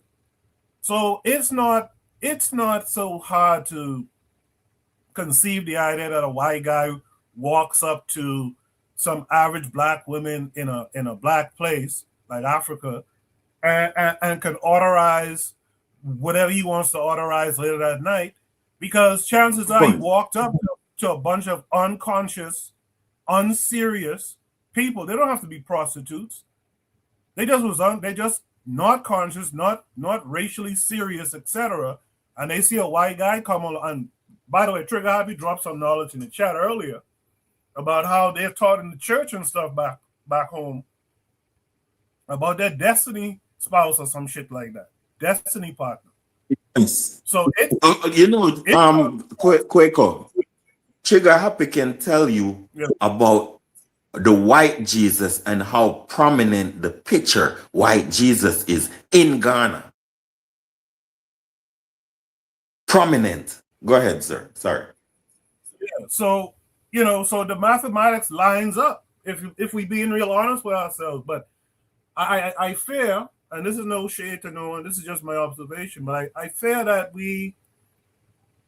I don't know what it is, man, our relationships with our mothers or something, but we don't like to criticize. It's colonization. Hey, Coco, colonization. Let me say this right quick, Bawana. For me, it have nothing to want to do without criticizing women.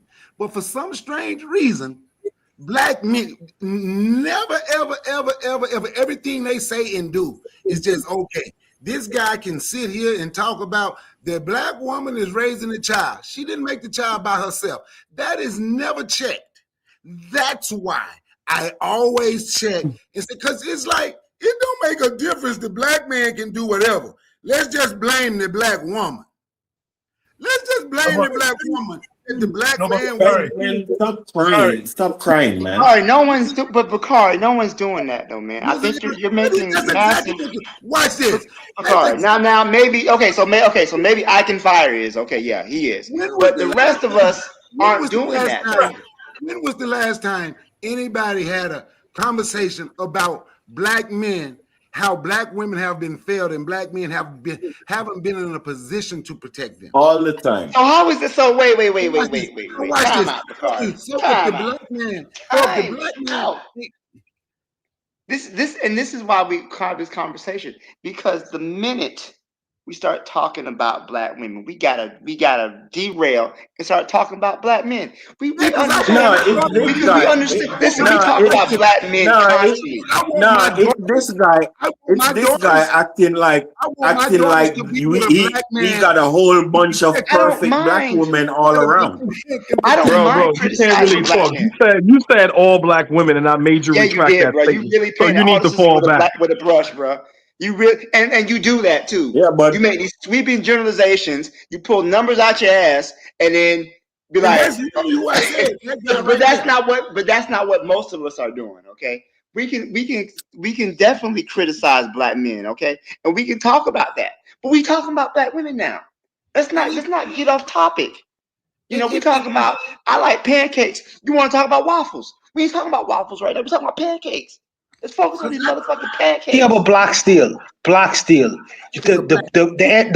bottom line is a black woman can disrespect herself all she wants, but you're not gonna disrespect. No other community of men are gonna start disrespect my black woman around me while I stand there holding my dick in my hand. It's not gonna happen because the Muslims would never allow you to do it. The Chinese will never allow you to do it. The Russians will hang you from a rope. Talk about our own. They will hang you from a rope if you try to do that same goddamn thing. You're not gonna do that, Rami Brethren. You're not gonna do that. Ron, I agree with you, but this is a symptom of a larger problem, which is the bigger problem is the powerlessness of the black race. That is the problem, okay? Because black people are powerless, black people have low racial esteem collectively. I know, understandably, I'm talking to conscious brothers on the platform. I understand that, but as a group, right? Black people have issues with racial esteem and powerlessness. We were talking about what's going on in Guyana right now, just a few minutes ago. That is a result of black people lacking power and control over their territory, their mineral rights, so on and so forth. So the fact that the white man can come into a African country and just randomly walk up to women and be like, let me take you back to your home. No game, no risk, no money. Just say, what's up, baby? What we doing? And that's it. And everybody's sitting around like, okay, well, yes, we want to ignore those women. I get it. Those women, you wash your hands of them women. However, and this goes back to the larger issue of divestors. It's not enough that they want to go out and fuck white dudes. That's fine. But if you want to come back and you feel like you want to spread the gospel of fucking white dudes, that's the problem for me. It's not just the fact that you want to go out there, just like with the black dudes who go on the passport bros. If you want to go out and fuck white women, that's your business. But when you want to talk about something, if it's got snowing, I ain't going. No, we don't need that. Brethren, that video, my bro, that video is showing there is no loyalty in the community for black people overall. That's showing you like the overall. It's not like, it's just a one thing. The amount of women is showing you an overall system that's going on that's not in favor of the black man. They're loyal to their feelings. They're loyal and white people. It's not their feeling. It's not their feelings. It's not these women. It's not love. It's Jesus. It's the white supremacy that's inside them. They are also white supremacists. Those women they are white supremacists. I agree with that. I would agree with you. I agree with you. Oh my you see me? I agree. I'm telling you. So what I'm trying to tell you is although they black, their loyalty is to Europeans. It wasn't that Russian. It was European. It's not you blaming the Russian, but that goes for Europeans. All them Europeans that you see going to Africa, that's their lifestyle. That's all of them lifestyle. Do you remember the video of, I think it was a couple weeks ago, about the black woman who was swindled by the dude from Denmark? You remember that video? Yes. Okay. So how is it possible to scam a Nigerian? Like they're like the Olympic gold medalist scamming. How are you scamming Nigerians? 300,000. That's loyalty. $300,000. That's not love. That's loyalty. But every black man understands that we could have never done that. I know I Yeah, couldn't have. We all understand. yeah, This white man came up and he took money not just from her family. This speaks to a yeah. larger issue, not just the fact that we bringing down black women, but we got to question the mentality and what that That sounds like mentality leads worship. to. It is worship. It is worship. When you have a country that has more these listen, Africa has more churches than Rome, than Italy. Okay, you have Of places in course. Africa. What country has the most churches per square mile? Jamaica. I hold up one more thing. One more thing. The Arab can go into the black Muslim world and do the same thing. Because the mentality, the image of God. When you think about Yeah, Allah, because their God is Allah it's and Allah. And I was Muhammad, Allah. Allah is an a Arabic Arab. word. It's an Arabic word. It's not about Islam. It's about Arabism. It's about Arabism. Yeah. And it's the worship of this No, people. wait, man. Wait. Listen, the religion was set up as an economic scheme. It's a Ponzi scheme. Christianity is an economic Ponzi scheme for Europeans, and Islam is an economic Ponzi scheme for Arabs, and it get both parties rich. The religion alone get both parties rich. This is a symptom of a Everybody larger got problem. to. So And I that's agree the with you. larger problem. Yeah, the We larger have a problem whole is. bunch. Go ahead. I can give some space here, brother. Give some space to the man to finish his thought over here. We have a larger problem with the way that we see white people. I can sit up here but the skin bleaching is a part of it, right? The acceptance of white people, we can list out all the atrocities of the European all day, every day, right? But the fact that these people are still desired because the white man has done such a good job. That's what I'm saying. The white man is dangerous, not just on the battlefield, but at the peace table too. He's a master of propaganda. And I think that so many times we don't recognize the propaganda against us as African people. Now, we were just talking about FBA. FBA is a psyop. And you have so many people who are buying into it. And they don't even realize that they're spreading disunity. That we're talking about delineation. Remember, they just talk about reparations. Now they don't even talk about reparations no more. When the last time you heard FBA talk about reparations? Now they're just talking about hating black immigrants. We don't understand the warfare against us. And because we don't understand the fact that we are at war and we are a powerless people, we think warfare is just dropping bombs and shooting guns. Before the first boot touches the ground, they're already at And war with their also mind. with the FBAs, our women lose more respect for us because it gets us weaker. When we fight against each other, our women respect us less because we get weaker, poorer and weaker. So if we don't as men decide that we are going to unite and enforce our economical system as black men, because I'm telling you, you're not gonna get no respect from our black woman until you give her security. You feel me? And security means even making sure she's in control of herself and control the others. But check this out though. A lot of Yeah. these women in the video were married women. These women already had security. These women Yeah, but they already are were under a Christian. man's No. cover. When I say security, I even mean what they are taught. We are in control of what they are taught. Those women are Women are children, Christian. though. That's the problem. Women No, are children. We listen. can't control them as children. What I'm saying, those women are Christians. Those women praise the white man every weekend. So that's why the white man have so much power over them, because when they see the white man, he's next to Christ.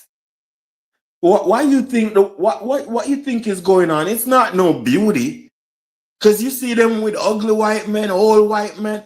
No, it's religion. It's the religion. I told you, if in Ghana You go watch in the churches and in their houses, they have pictures of white Jesus everywhere. Like when we had it in the 70s. That's how Ghana is still. They praise the white man terribly, like real, for real. You feel me? Kenya, all of them. I wanna get to one particular crucial point though. I'd like to hear you guys' responses to that. What is, because it came up earlier as a deflection. I'm going to label it as a deflection. It came up. What's the real difference between some dreads on a beach in the Caribbean entertaining these white women, getting paid for their time and service, versus what happened with this white guy in Ghana and who then does it again, I think, in Kenya? What's the fundamental difference here for you guys who believe there's a difference? What's the difference? I'll tell you the difference. You want me to talk or someone else? Yeah, go ahead. Go. Well, Go ahead, first of all, the dynamics between men and women are different. You feel me? We as men, as the brethren said earlier, it's a power move. It's all a power move. You feel me? Our women not supposed to be making power moves. It's men make power moves. So we need to make power moves in order to protect our women from other races. You feel me? Because and we as men need to take it serious because we were enslaved and all of this was ripped apart from us. So in order for this to change, we have to take control. And it gonna mean destroying Christianity. It gonna mean instilling, dictating black loyalty. You feel me? It gonna mean a whole bunch of black dictates, and it gonna mean we gonna have to have power. You feel me? Even power to kill. Let me interject real quick. You want to get rid of Christianity, right? Which has a male hierarchy, right? But you're going to get rid of Christianity that has a male hierarchy and still implement your own pseudo version of African male hierarchy. If you're gonna replace it with African traditions, right, where the woman is revered and have a place on a council of wise people and decision making, you cannot just shit on black women and say they need to play the background. Black women in West African society play pivotal point. I like what you said because that would be the because look, I see a Pan-African lady, a foundation, trend-setting Pan-African lady, equally, what you'd call her in terms of making decisions and dictating terms also, as long as she's with the it's for black unity and black upliftment. I have no problem with these type of women. You feel me? But she can't do it. She can't tell me nothing if she wearing a wig. You feel me? Because you're not proud of yourself. You feel me? You can't tell me that nothing if you're a Christian because you don't have no loyalty to blackness. So these things have to be distinguished. Who is equipped enough to be in the decision-making process. And women can also be in it. You feel me? I have no problem with that. I'm just trying to say that our women are out of line. They're doing their own thing. They have nothing to do with the black man. In their actions, they have nothing to do with the cause of, and I'm talking about 90%. You feel me? Have nothing to do with the cause of the black man and the movements of black consciousness and Pan-Africanism and the upliftment of Africa for our safety in return. You feel me? they don't think that way, and they're not thinking that way. The ones in Africa who is colonized and the one who over here who is colonized, they all are the same type of problems. They doing their own thing, and they also making their own decisions. Now, can I say something all right right. quick about that? Let me say something, Coco. You say, what's Yeah, the go ahead. difference? Right? What's the difference? He is okay with a black man being with a white woman. It's about the power dynamic. He just have a problem with black women, man. This dude got a problem. It's okay for the black man. And I understand, because I don't want my Well, the reason I is don't the want reason why I'm saying that is I because don't if want a woman, I don't listen, want the my reason woman. why I'm saying You're not that gonna is listen. I just if heard a I just heard woman, I'm not gonna listen anymore. yeah, I just heard you. I just heard you. I don't yeah, want my but don't woman. refer to me if you don't want me to talk to you, bro. I Don't refer to me. I If you don't want. don't want me to talk to you, do not refer to me. Okay. You the same guy who said when we go to war, you need to be in the kitchen because you ain't gonna fight on the front line. I got you. So I know where you stand. See, I done had these conversations with you before. But anyway, it's okay for the black man. And that's when I say I have a problem with certain things and things that's said. That's what I'm talking about. You just heard him. It's the power dynamic. So in his mind, it's Quincy Jones' mindset. In his mind, the black man got power if he laying down with a white woman. But the black woman is just horrible if she lay down with a white man. I don't want my woman with no other man. I don't want my woman. I don't want my woman. Is that what I said? I don't want my woman with no other man either. But if You I a can look, propagandist, man. but if a man can look at a black man, if a black man can look at a black man and say it's a power dynamic when they with a white woman, why wouldn't some black women have the same mindset? It's power if I'm with a white man. I mean, I wouldn't disagree with you, Bakari. I wouldn't disagree with you at all. And Go ahead. we agreeing on. I think I'm bringing it back to what Coco initially said about the question about the difference between the black men in the islands, even with getting, the white women dicking them down. I mean, the white women getting dicked down by the black men, and the black women getting dicked down by the white dude in Russia, right? One, I think they're equally, it's prostitution no matter how you shape it. Okay, these. Well, I wouldn't say prostitution, right? Because, and I'm correct me if I'm wrong, but are these white women in the Caribbean that are getting, dicked down by the black dude? Are they paying for these black dudes? Or they walk up to a black dude? Some of them paying. Some of them paying. Yeah, Some of they're them paying. They're paying. Some of them are paying. Okay, all right. So it's It's not that. So prostitution. they want to experience. I think one thing we got to realize that how white people fetishize black people, right? Black people are fetishized by white people.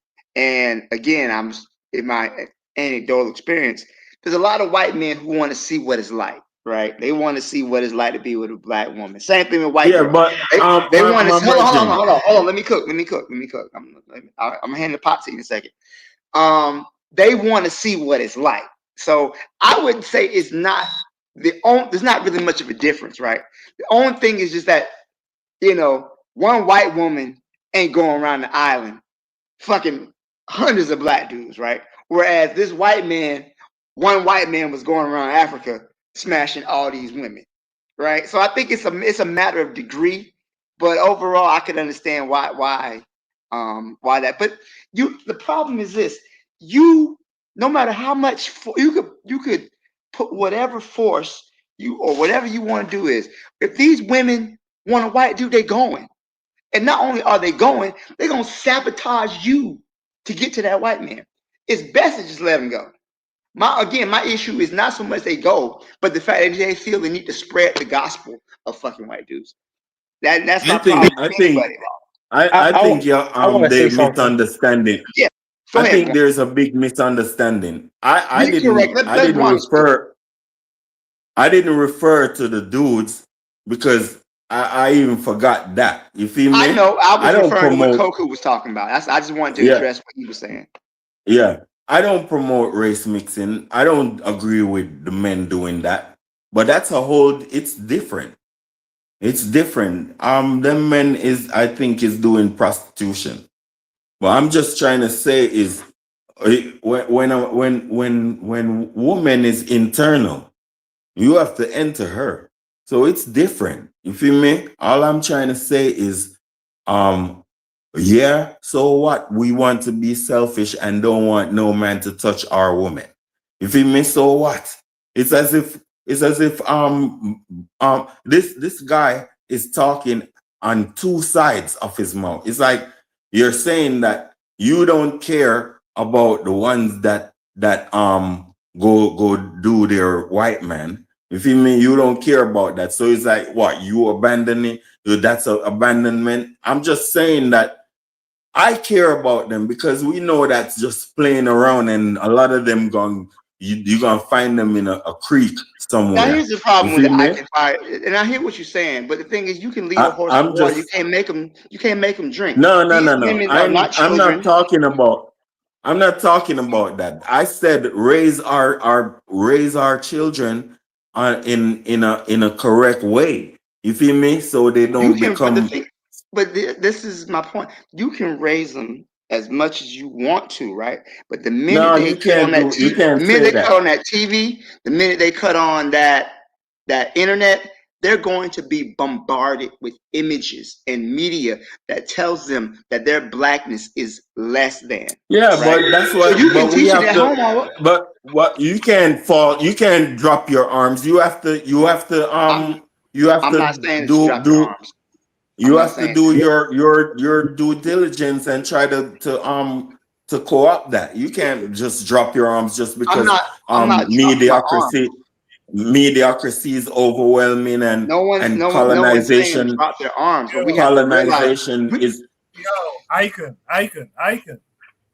give people some room a little bit. You can't cut a person off, and then every time they say something, you just proceed to talk over them. Give a little room here. We all here to have a discussion. We all want to have our ideas heard. Every week I gotta tell you the same thing, man. It's just some decency. Black Suit, finish your thought, and Yeah, then Juana, this real go quick. ahead. I don't want to hog the mic. Again, we have to be honest about our position, right? And where we currently stand. And we don't know the number. We can't. If we say we know the number, we don't know the number. We don't know how many black people are involved in this. But we have to understand the overall system of propaganda that exists. And it's really. I'm not saying it's impossible, but I'm saying that it's very difficult to do so. You're not going to be able to corral every black woman. You can't put them all in a headlock, make them take off the wig and grow their natural hair. You're not going to be able to do that, right? That's just not physically possible. I'm not saying throw your hands up, but I'm saying we gotta. It's something. It's triage, right? You got to save who's capable of being saved, right? When you go into the battlefield and you see that person been shot multiple times, you can't save him, but you might be able to save the person next to you. But we gotta reach our people, teach our people, and save who can be saved. If you can't save them, let them go, but don't let them come back, right? And I think that's the problem. It's not so much that they do it, but the fact they want to come back and then infiltrate and spread that nonsense. That's my issue. We can't let everybody back in our community. Some people got to be excommunicated, discommendated, whatever the fuck adjective you want to use. Point. One quick second, Juana. That's an important point that needs to be thought about when we have these discussions. Y'all are quick to say, "Well, let them go." Okay, well, when you let them go, they come back around some of our people and infect them with the same bullshit that they're on. We can't. We have to start putting up some guardrails, some fences here. Sure, you could stay over there, but you can't come back around. You can't come back around and influence our people negatively. Goku, there's I know Bakari's gonna hate me for saying this, but there's this Jewish dude named Norman Finkelstein, right? And Norman Finkelstein is a very outspoken critic of Israel, right? Do you know this man cannot set foot in the country of Israel? They don't, because he has been outspoken, whether right or wrong. But he has been criticizing Israel and their actions. This man can't come to their country. You think he's gonna let them criticize their country and then come back in their country? And I think this is the difference between people having low racial esteem and high racial esteem. And you know what? I respect the country of Israel for operating on code. And you know why I say that? Because here's what I say. For the white supremacists, who is gonna listen to this play black? And you hear Black Steel and Icon Fire talk about the black women and the situation that they're in. But make no mistake about it. Make no mistake about it. Whoever white supremacist is going to listen to this panel, there will be black men who will stand to the side and do nothing and say nothing and hold their dick in their hands while women carry on like how they want, however they want. Black women, they can carry on however they want to carry on. But there can be some black women, black men within that group who will not stand for that. And you're going to put yourself in a very vulnerable position if you think that you could go throughout the Caribbean, Africa, and the United States and think that you could treat black women anyway without any consequences to that. There are some black men within our ranks who don't business, bro. We look at the world just like how the Ku Klux Klan look. If a black white man mess, or with a black woman mess with a white man, as a Jewish person mess with some other person, we look at the world in the same way and manner, bro. In the same way and manner. And just as Finkelstein can't go to Israel, these people can't come around us either. Make no mistake about it. And they're going to put themselves in a very vulnerable and dangerous position if they think that they could come into our communities and do what they want. Some of us don't think on that level, bro. So I just want you all to know who gonna listen to this playback. We don't business, bro. So, and since you don't know who we are, since you don't know who we are, I would say tread carefully, tread very carefully, because you don't know who sisters is who aunties is who cousins is who. I'm not saying women can't do whatever they got, but there are gonna be consequences, and not all of us think the same, bro. We ain't gonna just sit around holding our dick in our hand. So, like I say, for the white supremacists who gonna listen to this particular live, make note of that. Everyone, all of us don't think the same. Yeah, I mean, so that's all I have to say about it.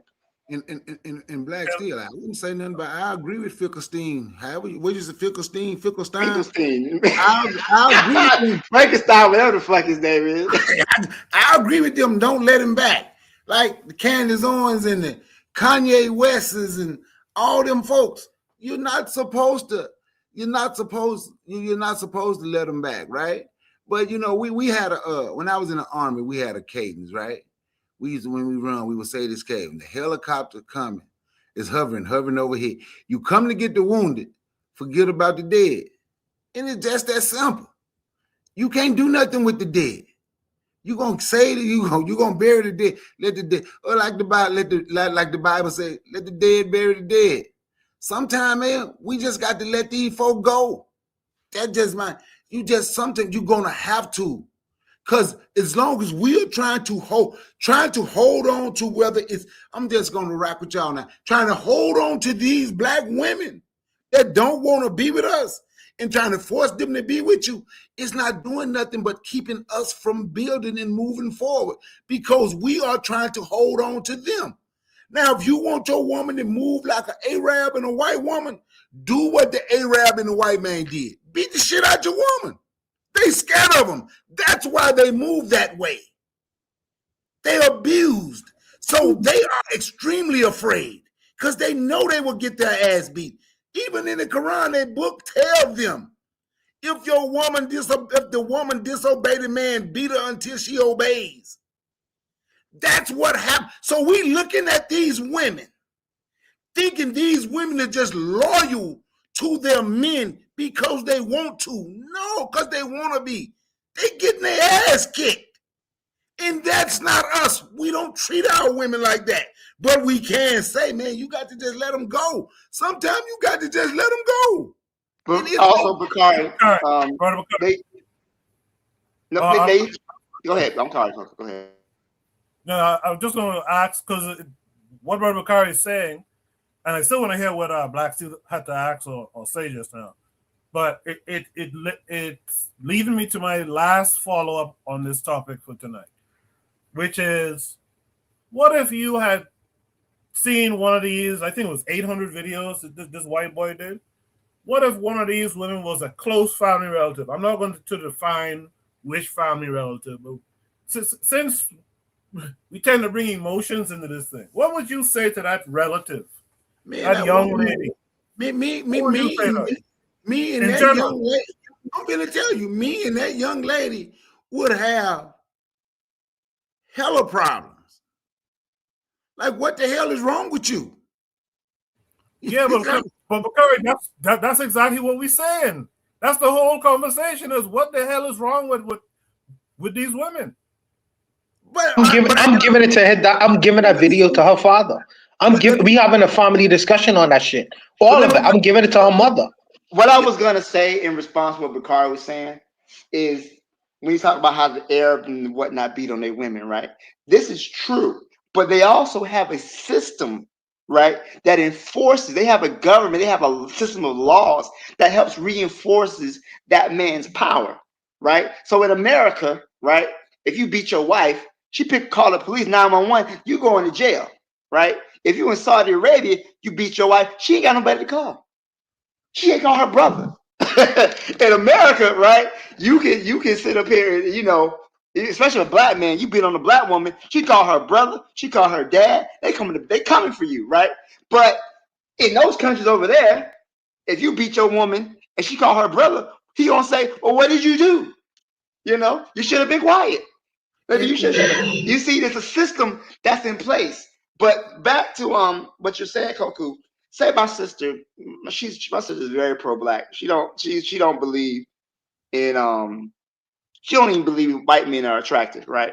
But say hypothetically speaking, I got a cousin, who wanted to play in the snow or whatever. Or not even play in the snow, who did what these women did. He met this white man, he said, "Hello, let's go back to my room," and she did it, right?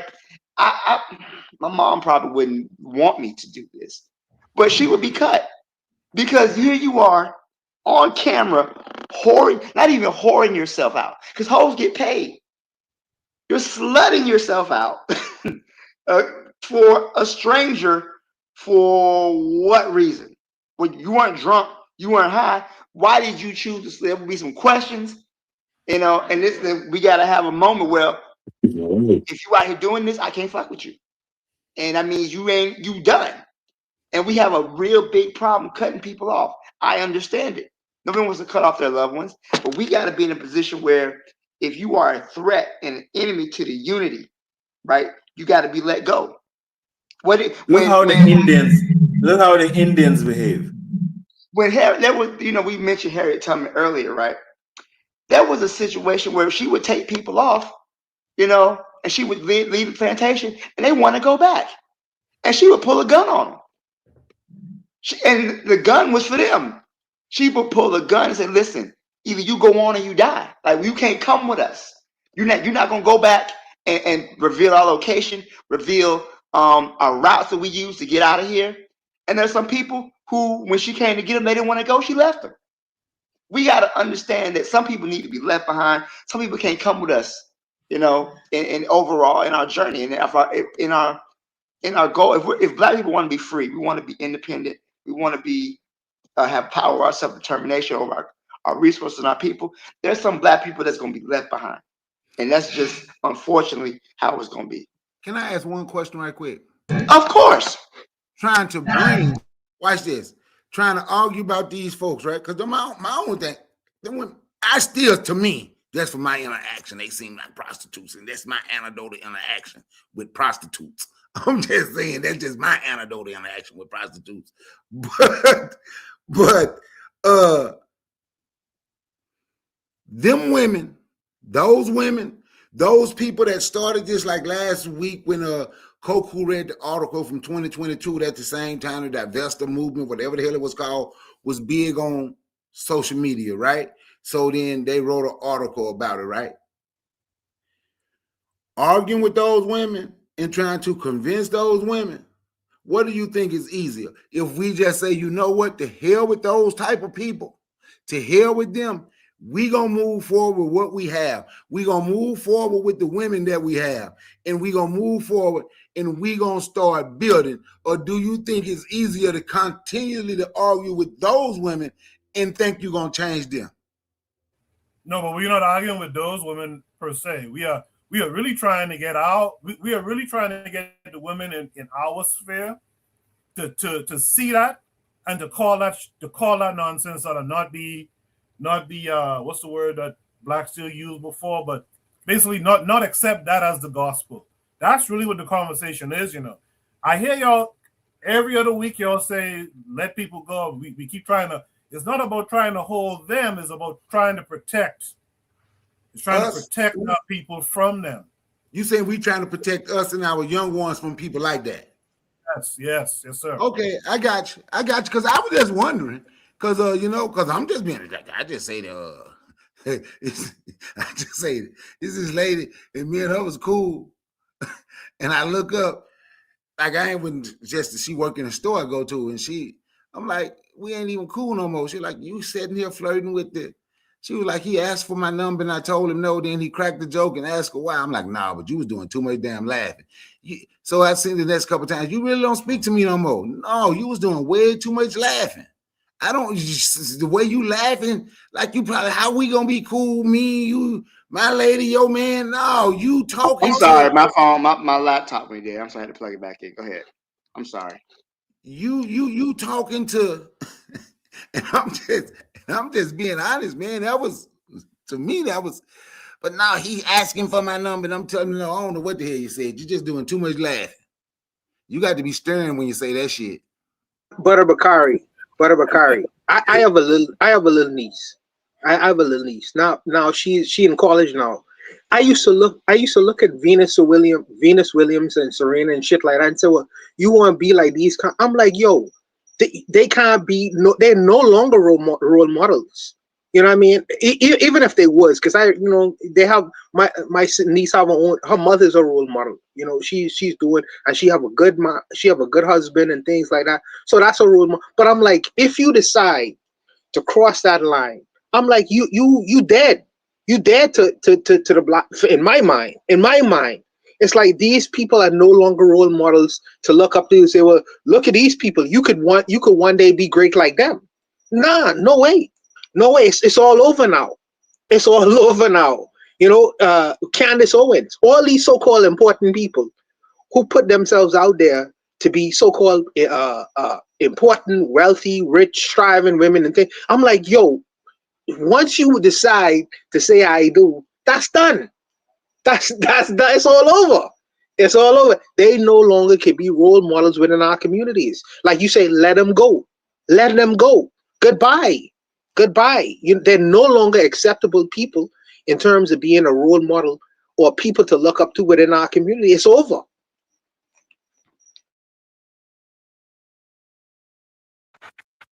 That's if you know. I'm so good. Okay, sorry. Go ahead, Bakari. Have you all seen Serena Williams? Yes, she looks terrible. Oh my God. Oh, and Buana, I'm so glad you brought this them up, because the whole narrative around them marrying a white dude, right? Both the sisters married a white man, right? And then you hear them say, oh, well, they had to marry a white man because look at how badly black men treated the sisters, right?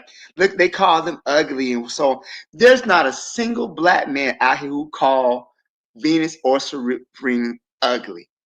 They were highly desired and found highly attractive by most black men.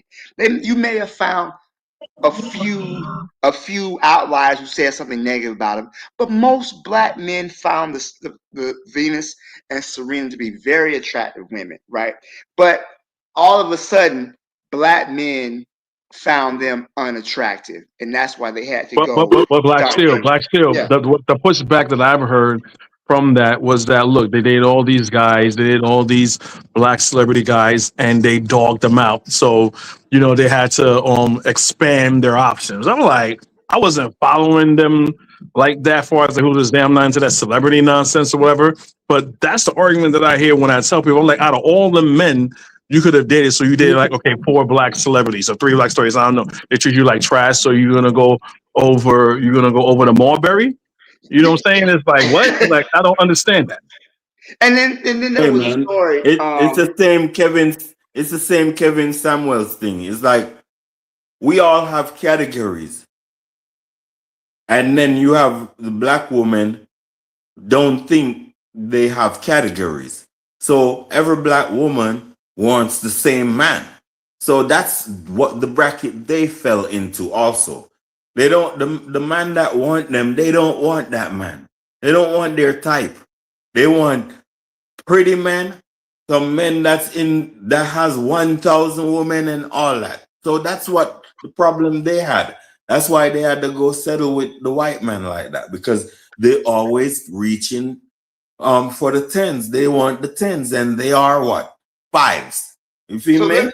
this is going to be my last comment on this situation.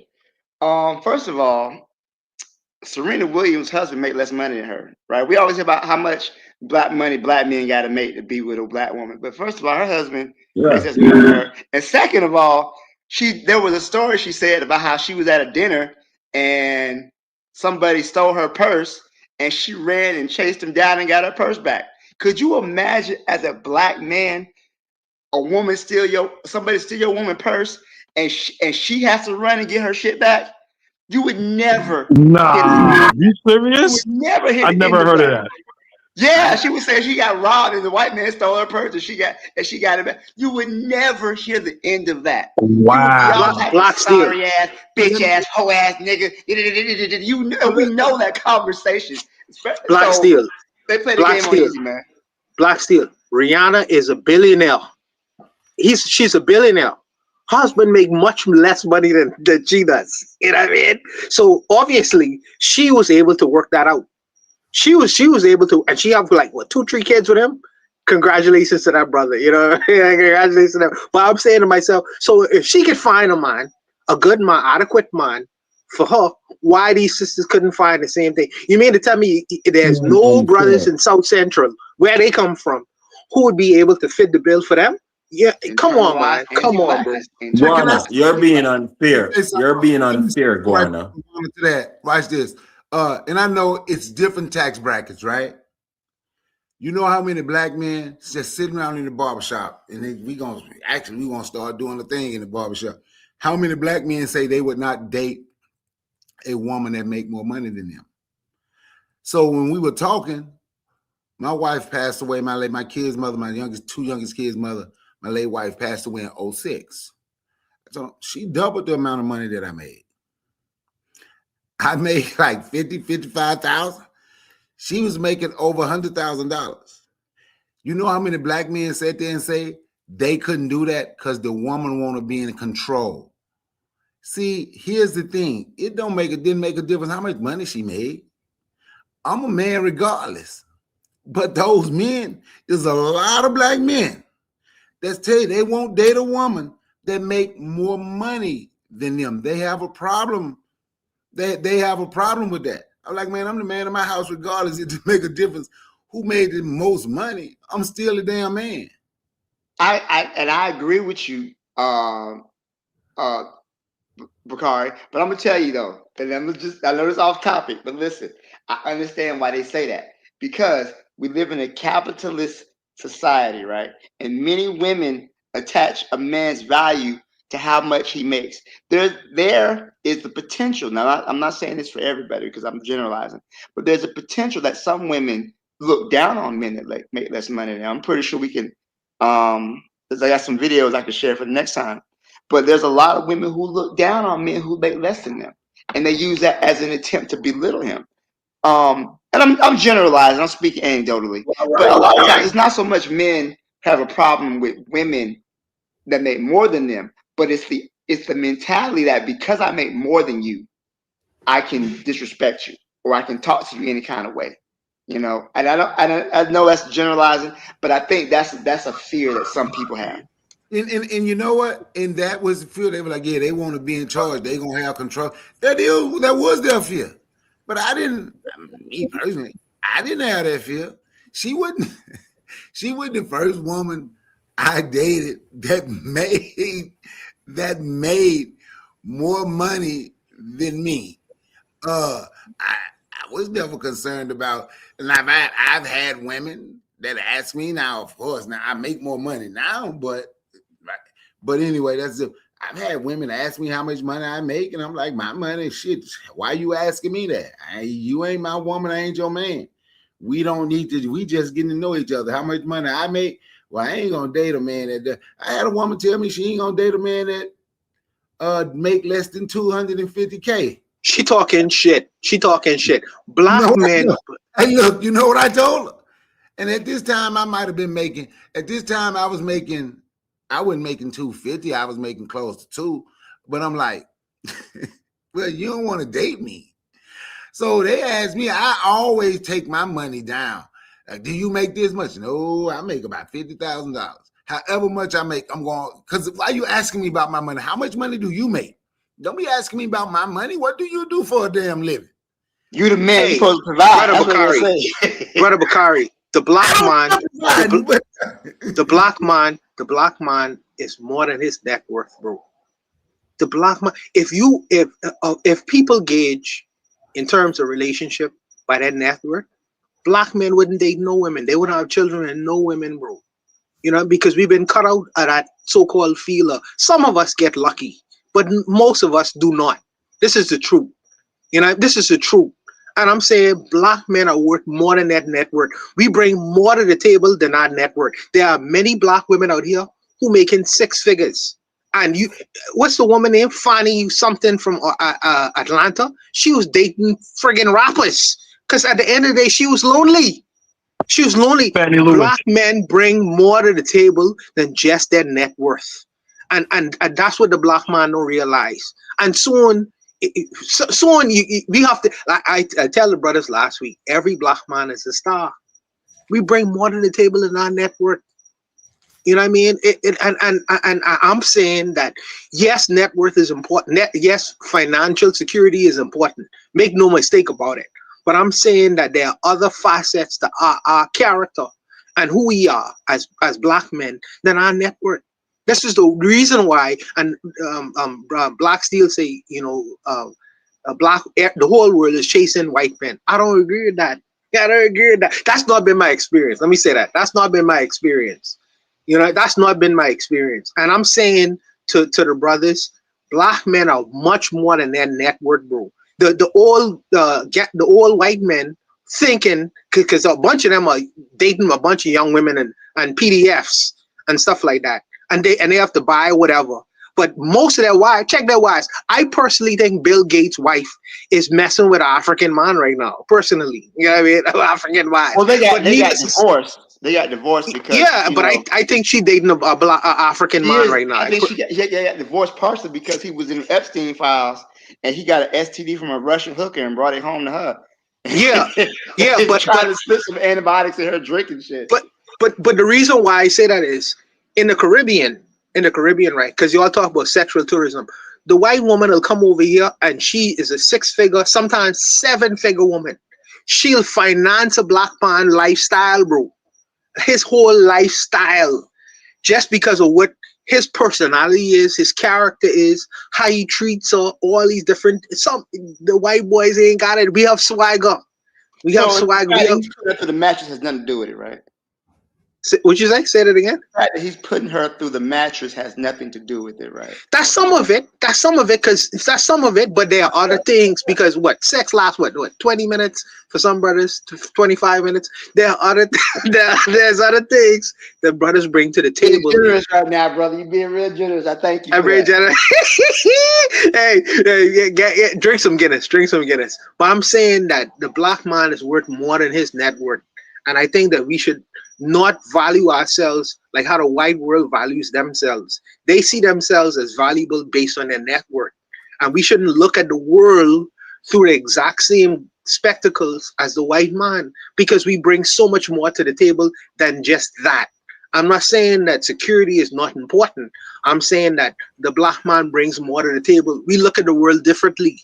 And that's why the whole world curious about how the black man think, what he want, what he interested in, all these other things. I'm telling you all, man. Listen, I try to sell a nigger to himself. Maybe I am doing that, but I'll leave it. Goku. Buana, that's a nice try, and I applaud you for it.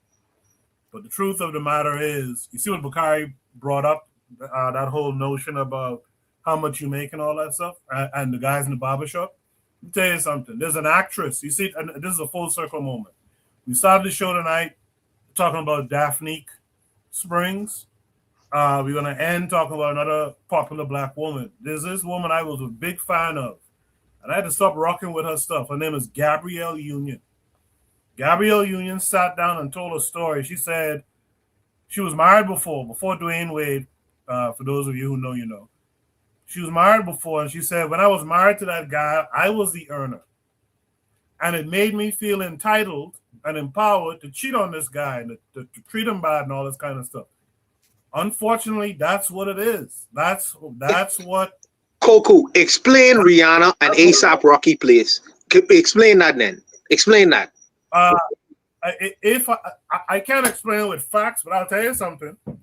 I think ASAP is using his head. Let me put it like that. I think ASAP is using his head and playing the game. I hope she leave ASAP Rocky punk ass. When somebody asked him about what was going on in the black community, and they asked him, what did he say? Oh, that ain't got nothing to do with me. I have a house in Beverly Hills and one on Rodeo Drive in some Soho. Is that where they live? Soho, where the rich folk live?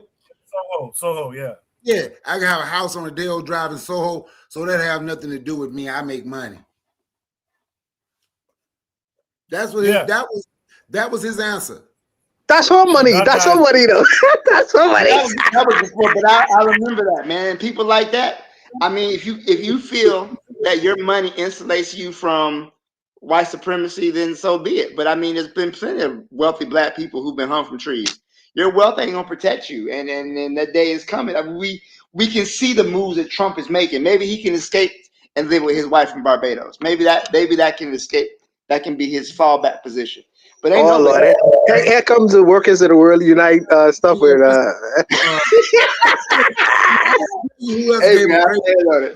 one time was Young Thug gave an answer like that when they asked him about Mike Brown. Man, we making money over here. But I'm gonna tell you something. Now, Young Thug did come out publicly, and the reason I wouldn't say none of this. I don't all that stuff they say Young Thug did. I say allegedly, right?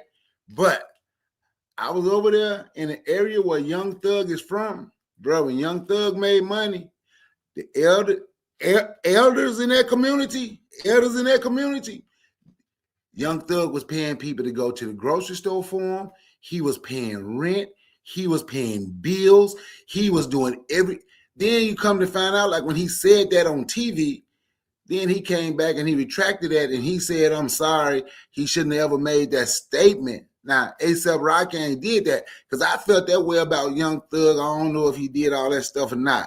But I can say Young Thug is one of the ones that made some money and looked out for the people where he from. I look out for his community for real. He did that. Man, good conversation on that topic. I knew that one was going to probably stop us from getting to the next two topics, but I think it was a good conversation all around. You did it then. I'm messing with you, Coco. I say, so why did you do it then? I'm just messing with you though. Oh no, yeah, no, I'm gonna do it regardless now. I'm gonna push it. Again, like I said, I think we do have to have those conversations. We got to be realistic about some of the truths behind those conversations. But before we leave, man, because we went over time tonight. Before we leave, let's do our shout outs this week. Let me just go straight down the line. Bakari, what would you like to shout out this week? I want to shout out you, of course. You know what? I'm going to shout out my brother Icon Fire. I don't even know if he's still on here. If he ain't, I hope he's listening. I do agree with some of the stuff Icon Fire say. he just go a little bit too hard on the women at times. That's just my opinion. But I'm gonna shout him out for coming back and dealing with this fire that I give him.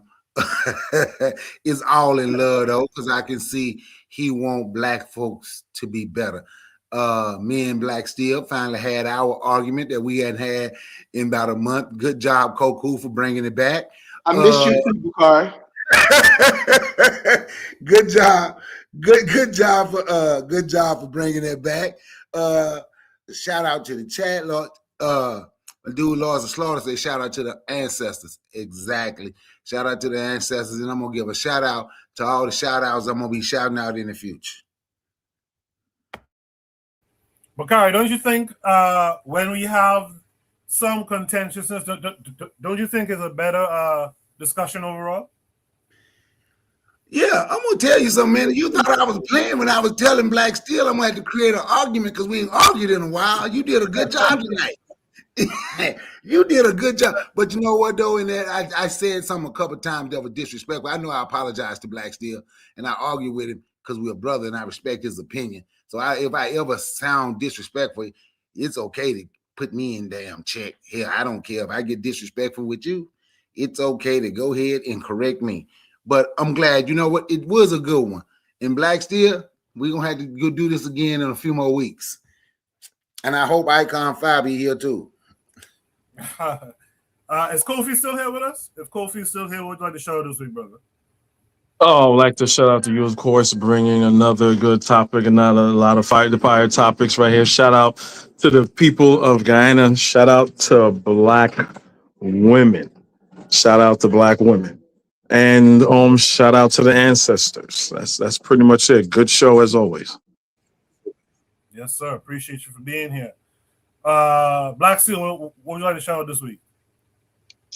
Shout out to the people of Cuba. They're going through a rough time. You know, U.S. imperialism is on the rise again, but the Cuban Revolution is definitely something that needs to be sustained. You know, but I'll never forget how the Cuban people, the Cuban military, helped end apartheid in Africa. Shout out to the AES, they got that spy who tried to infiltrate. They want him back. They're not giving him back. But yeah, shout out to all the revolutionaries. Shout out to the panel. Shout out to everyone on the show. Yes, sir. Appreciate you much, Black Steel. Last but not least, man, Buana, what would you like to shout out this week? Yeah, first let me shout out Mia Motley for she was reelected as the Prime Minister of Barbados. So shout out to that sister for leading that country. You know, she's doing great things in Barbados. So shout out for her reelection as the Prime Minister. The second thing I wanted to do is to address provider triggers.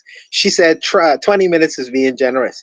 Tell the brother, tell him to buy one. Just get like 3 Guinness. No, I don't know. Well, you're a Caribbean lady, so you know what Guinness is. Tell him drink 1 Guinness, and I'm sure he'll give you more than 20 minutes. But needless to say, what's wrong with the red stripe? Drink a red stripe. What's wrong with red stripe? No, don't go with red stripe. Go with Guinness. Go with Guinness. The Guinness will give you more than 20 minutes. The Guinness will give you more than 20 minutes. As far as what does the black man provide more than money? The black man, sister, the black man is not an ATM machine. He is not a Brinks truck. There's companionship kind of things that the black man provides the black woman. Companionship is important. You don't just want to, be a companion to your cat. you must have somebody to talk back to, and I think that dialogue is a good thing. You know, that the companionship between a female and a male is a good thing. That is to me to women that is a good thing. You just don't want to talk to your cats at the end of the day. You want to talk to a human being who could converse with you, who could hug you at night. Cats don't hug you at night. Cats don't allow you to engage in human to human contact with one another. These things are priceless. Now, I'm not saying that the man shouldn't provide for his home, But I'm saying that another human being, a male human being, I don't know if you same-sex loving person, but a male human being is provide you with good things to keep you going. These things to keep you going. So I think that these, not only that, you know, if a man is a man at his home, you know what I mean, he is gonna take care of you. He's ingenious. He fixes things that are broken.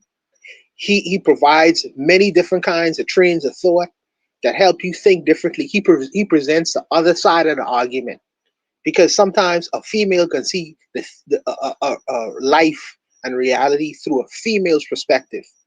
But if you get another perspective from the other side, those two perspectives sometimes it could create a powerful kind of individual, a powerful individual. So don't discount that, because these things may not have a monetary value, but these things are priceless.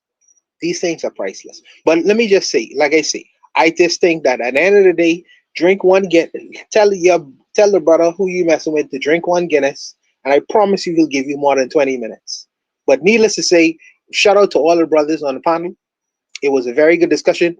Provide triggers. I would love to hear your voice one of these days. Please come on the panel and present your arguments. You're a very brilliant sister, and I hope that you come on and give your view of the world as opposed to all these hard leg dudes who's be in this room all the time. I would love to hear your voice, and as long and shout out to Amma. Amma is I know it's Valentine's Day, so she's celebrating Valentine's Day with her man. I'm not a Roman, so I don't celebrate Valentine's Day. So, but respect to her as well. I hope she comes to the platform next week. But shout out to all the brothers who gave valuable contributions to the conversation. I'll leave it there. Bakari, for that aphrodisiac, I appreciate that, brother. Go ahead and give me some ginseng. Drink some ginseng. I'm telling you, go get you. As a matter of fact, y'all can go online and you can order from Hiram Herbal Shop, black on. Black on too. Let's say less. Look, she'll send it to you. Drink you a shot of these every day. I'm telling you, your energy. I'm telling you, man. Woman, you ain't gonna be drunk and wake up with a hangover either. Don't listen to Bawana and COVID, Guinness, and Red Stripe. Guinness has raised your blood pressure too. You have to be careful with that. Yeah, the ginseng gonna lower your blood pressure. Yeah. Provide triggers for evolution says, shout out to all Black women who are Pan-Africanists both ideologically and politically in the context of Western hegemony. That's a good shout out there. I appreciate it. Shout out to that. Trigger Happy says, shout out to the AES. Keep that spy in check. Yeah, they had to capture another spy recently, right? My shout out is to the thumbnail of this episode. Shout out to Haiti, man. Under 17 and the men's team qualified for the World Cup. And let's hope they go there and kick some ass. I really hope they meet up with France and kick their ass, to be quite frank. So shout out to that, man. We'll be back next week. Hopefully you'll be back with us as well. And in the meantime, if you have any ideas, for Shoot the Breeze topics, just post them on the Discord. Join the Discord. Coco, I wanted to tell the panel I would really love to do a review of Live and Let Die, this James Bond film. I would love all the brothers to participate in that. I just really wanted to. I watched this movie the other day and it had so much symbolism in it.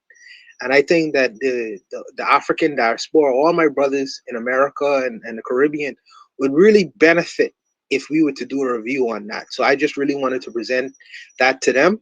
And if they're interested, maybe we could do something about that, Coco. I just really wanted to put that out there. Yeah, I'm going to add everyone on the Discord about it.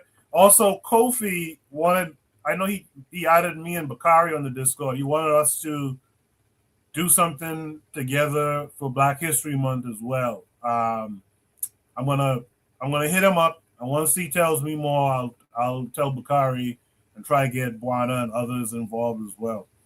But yeah, we could do a movie review. We haven't done that in a while, so I'm down. Just let's organize it, and then we'll let people know when we're doing it. All right.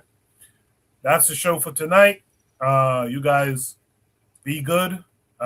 Make sure to hit the like button, share the show. Let your people know what you did this Saturday night. We'll be back again next week, Saturday, 8 p.m. Until then, you guys be good. Peace.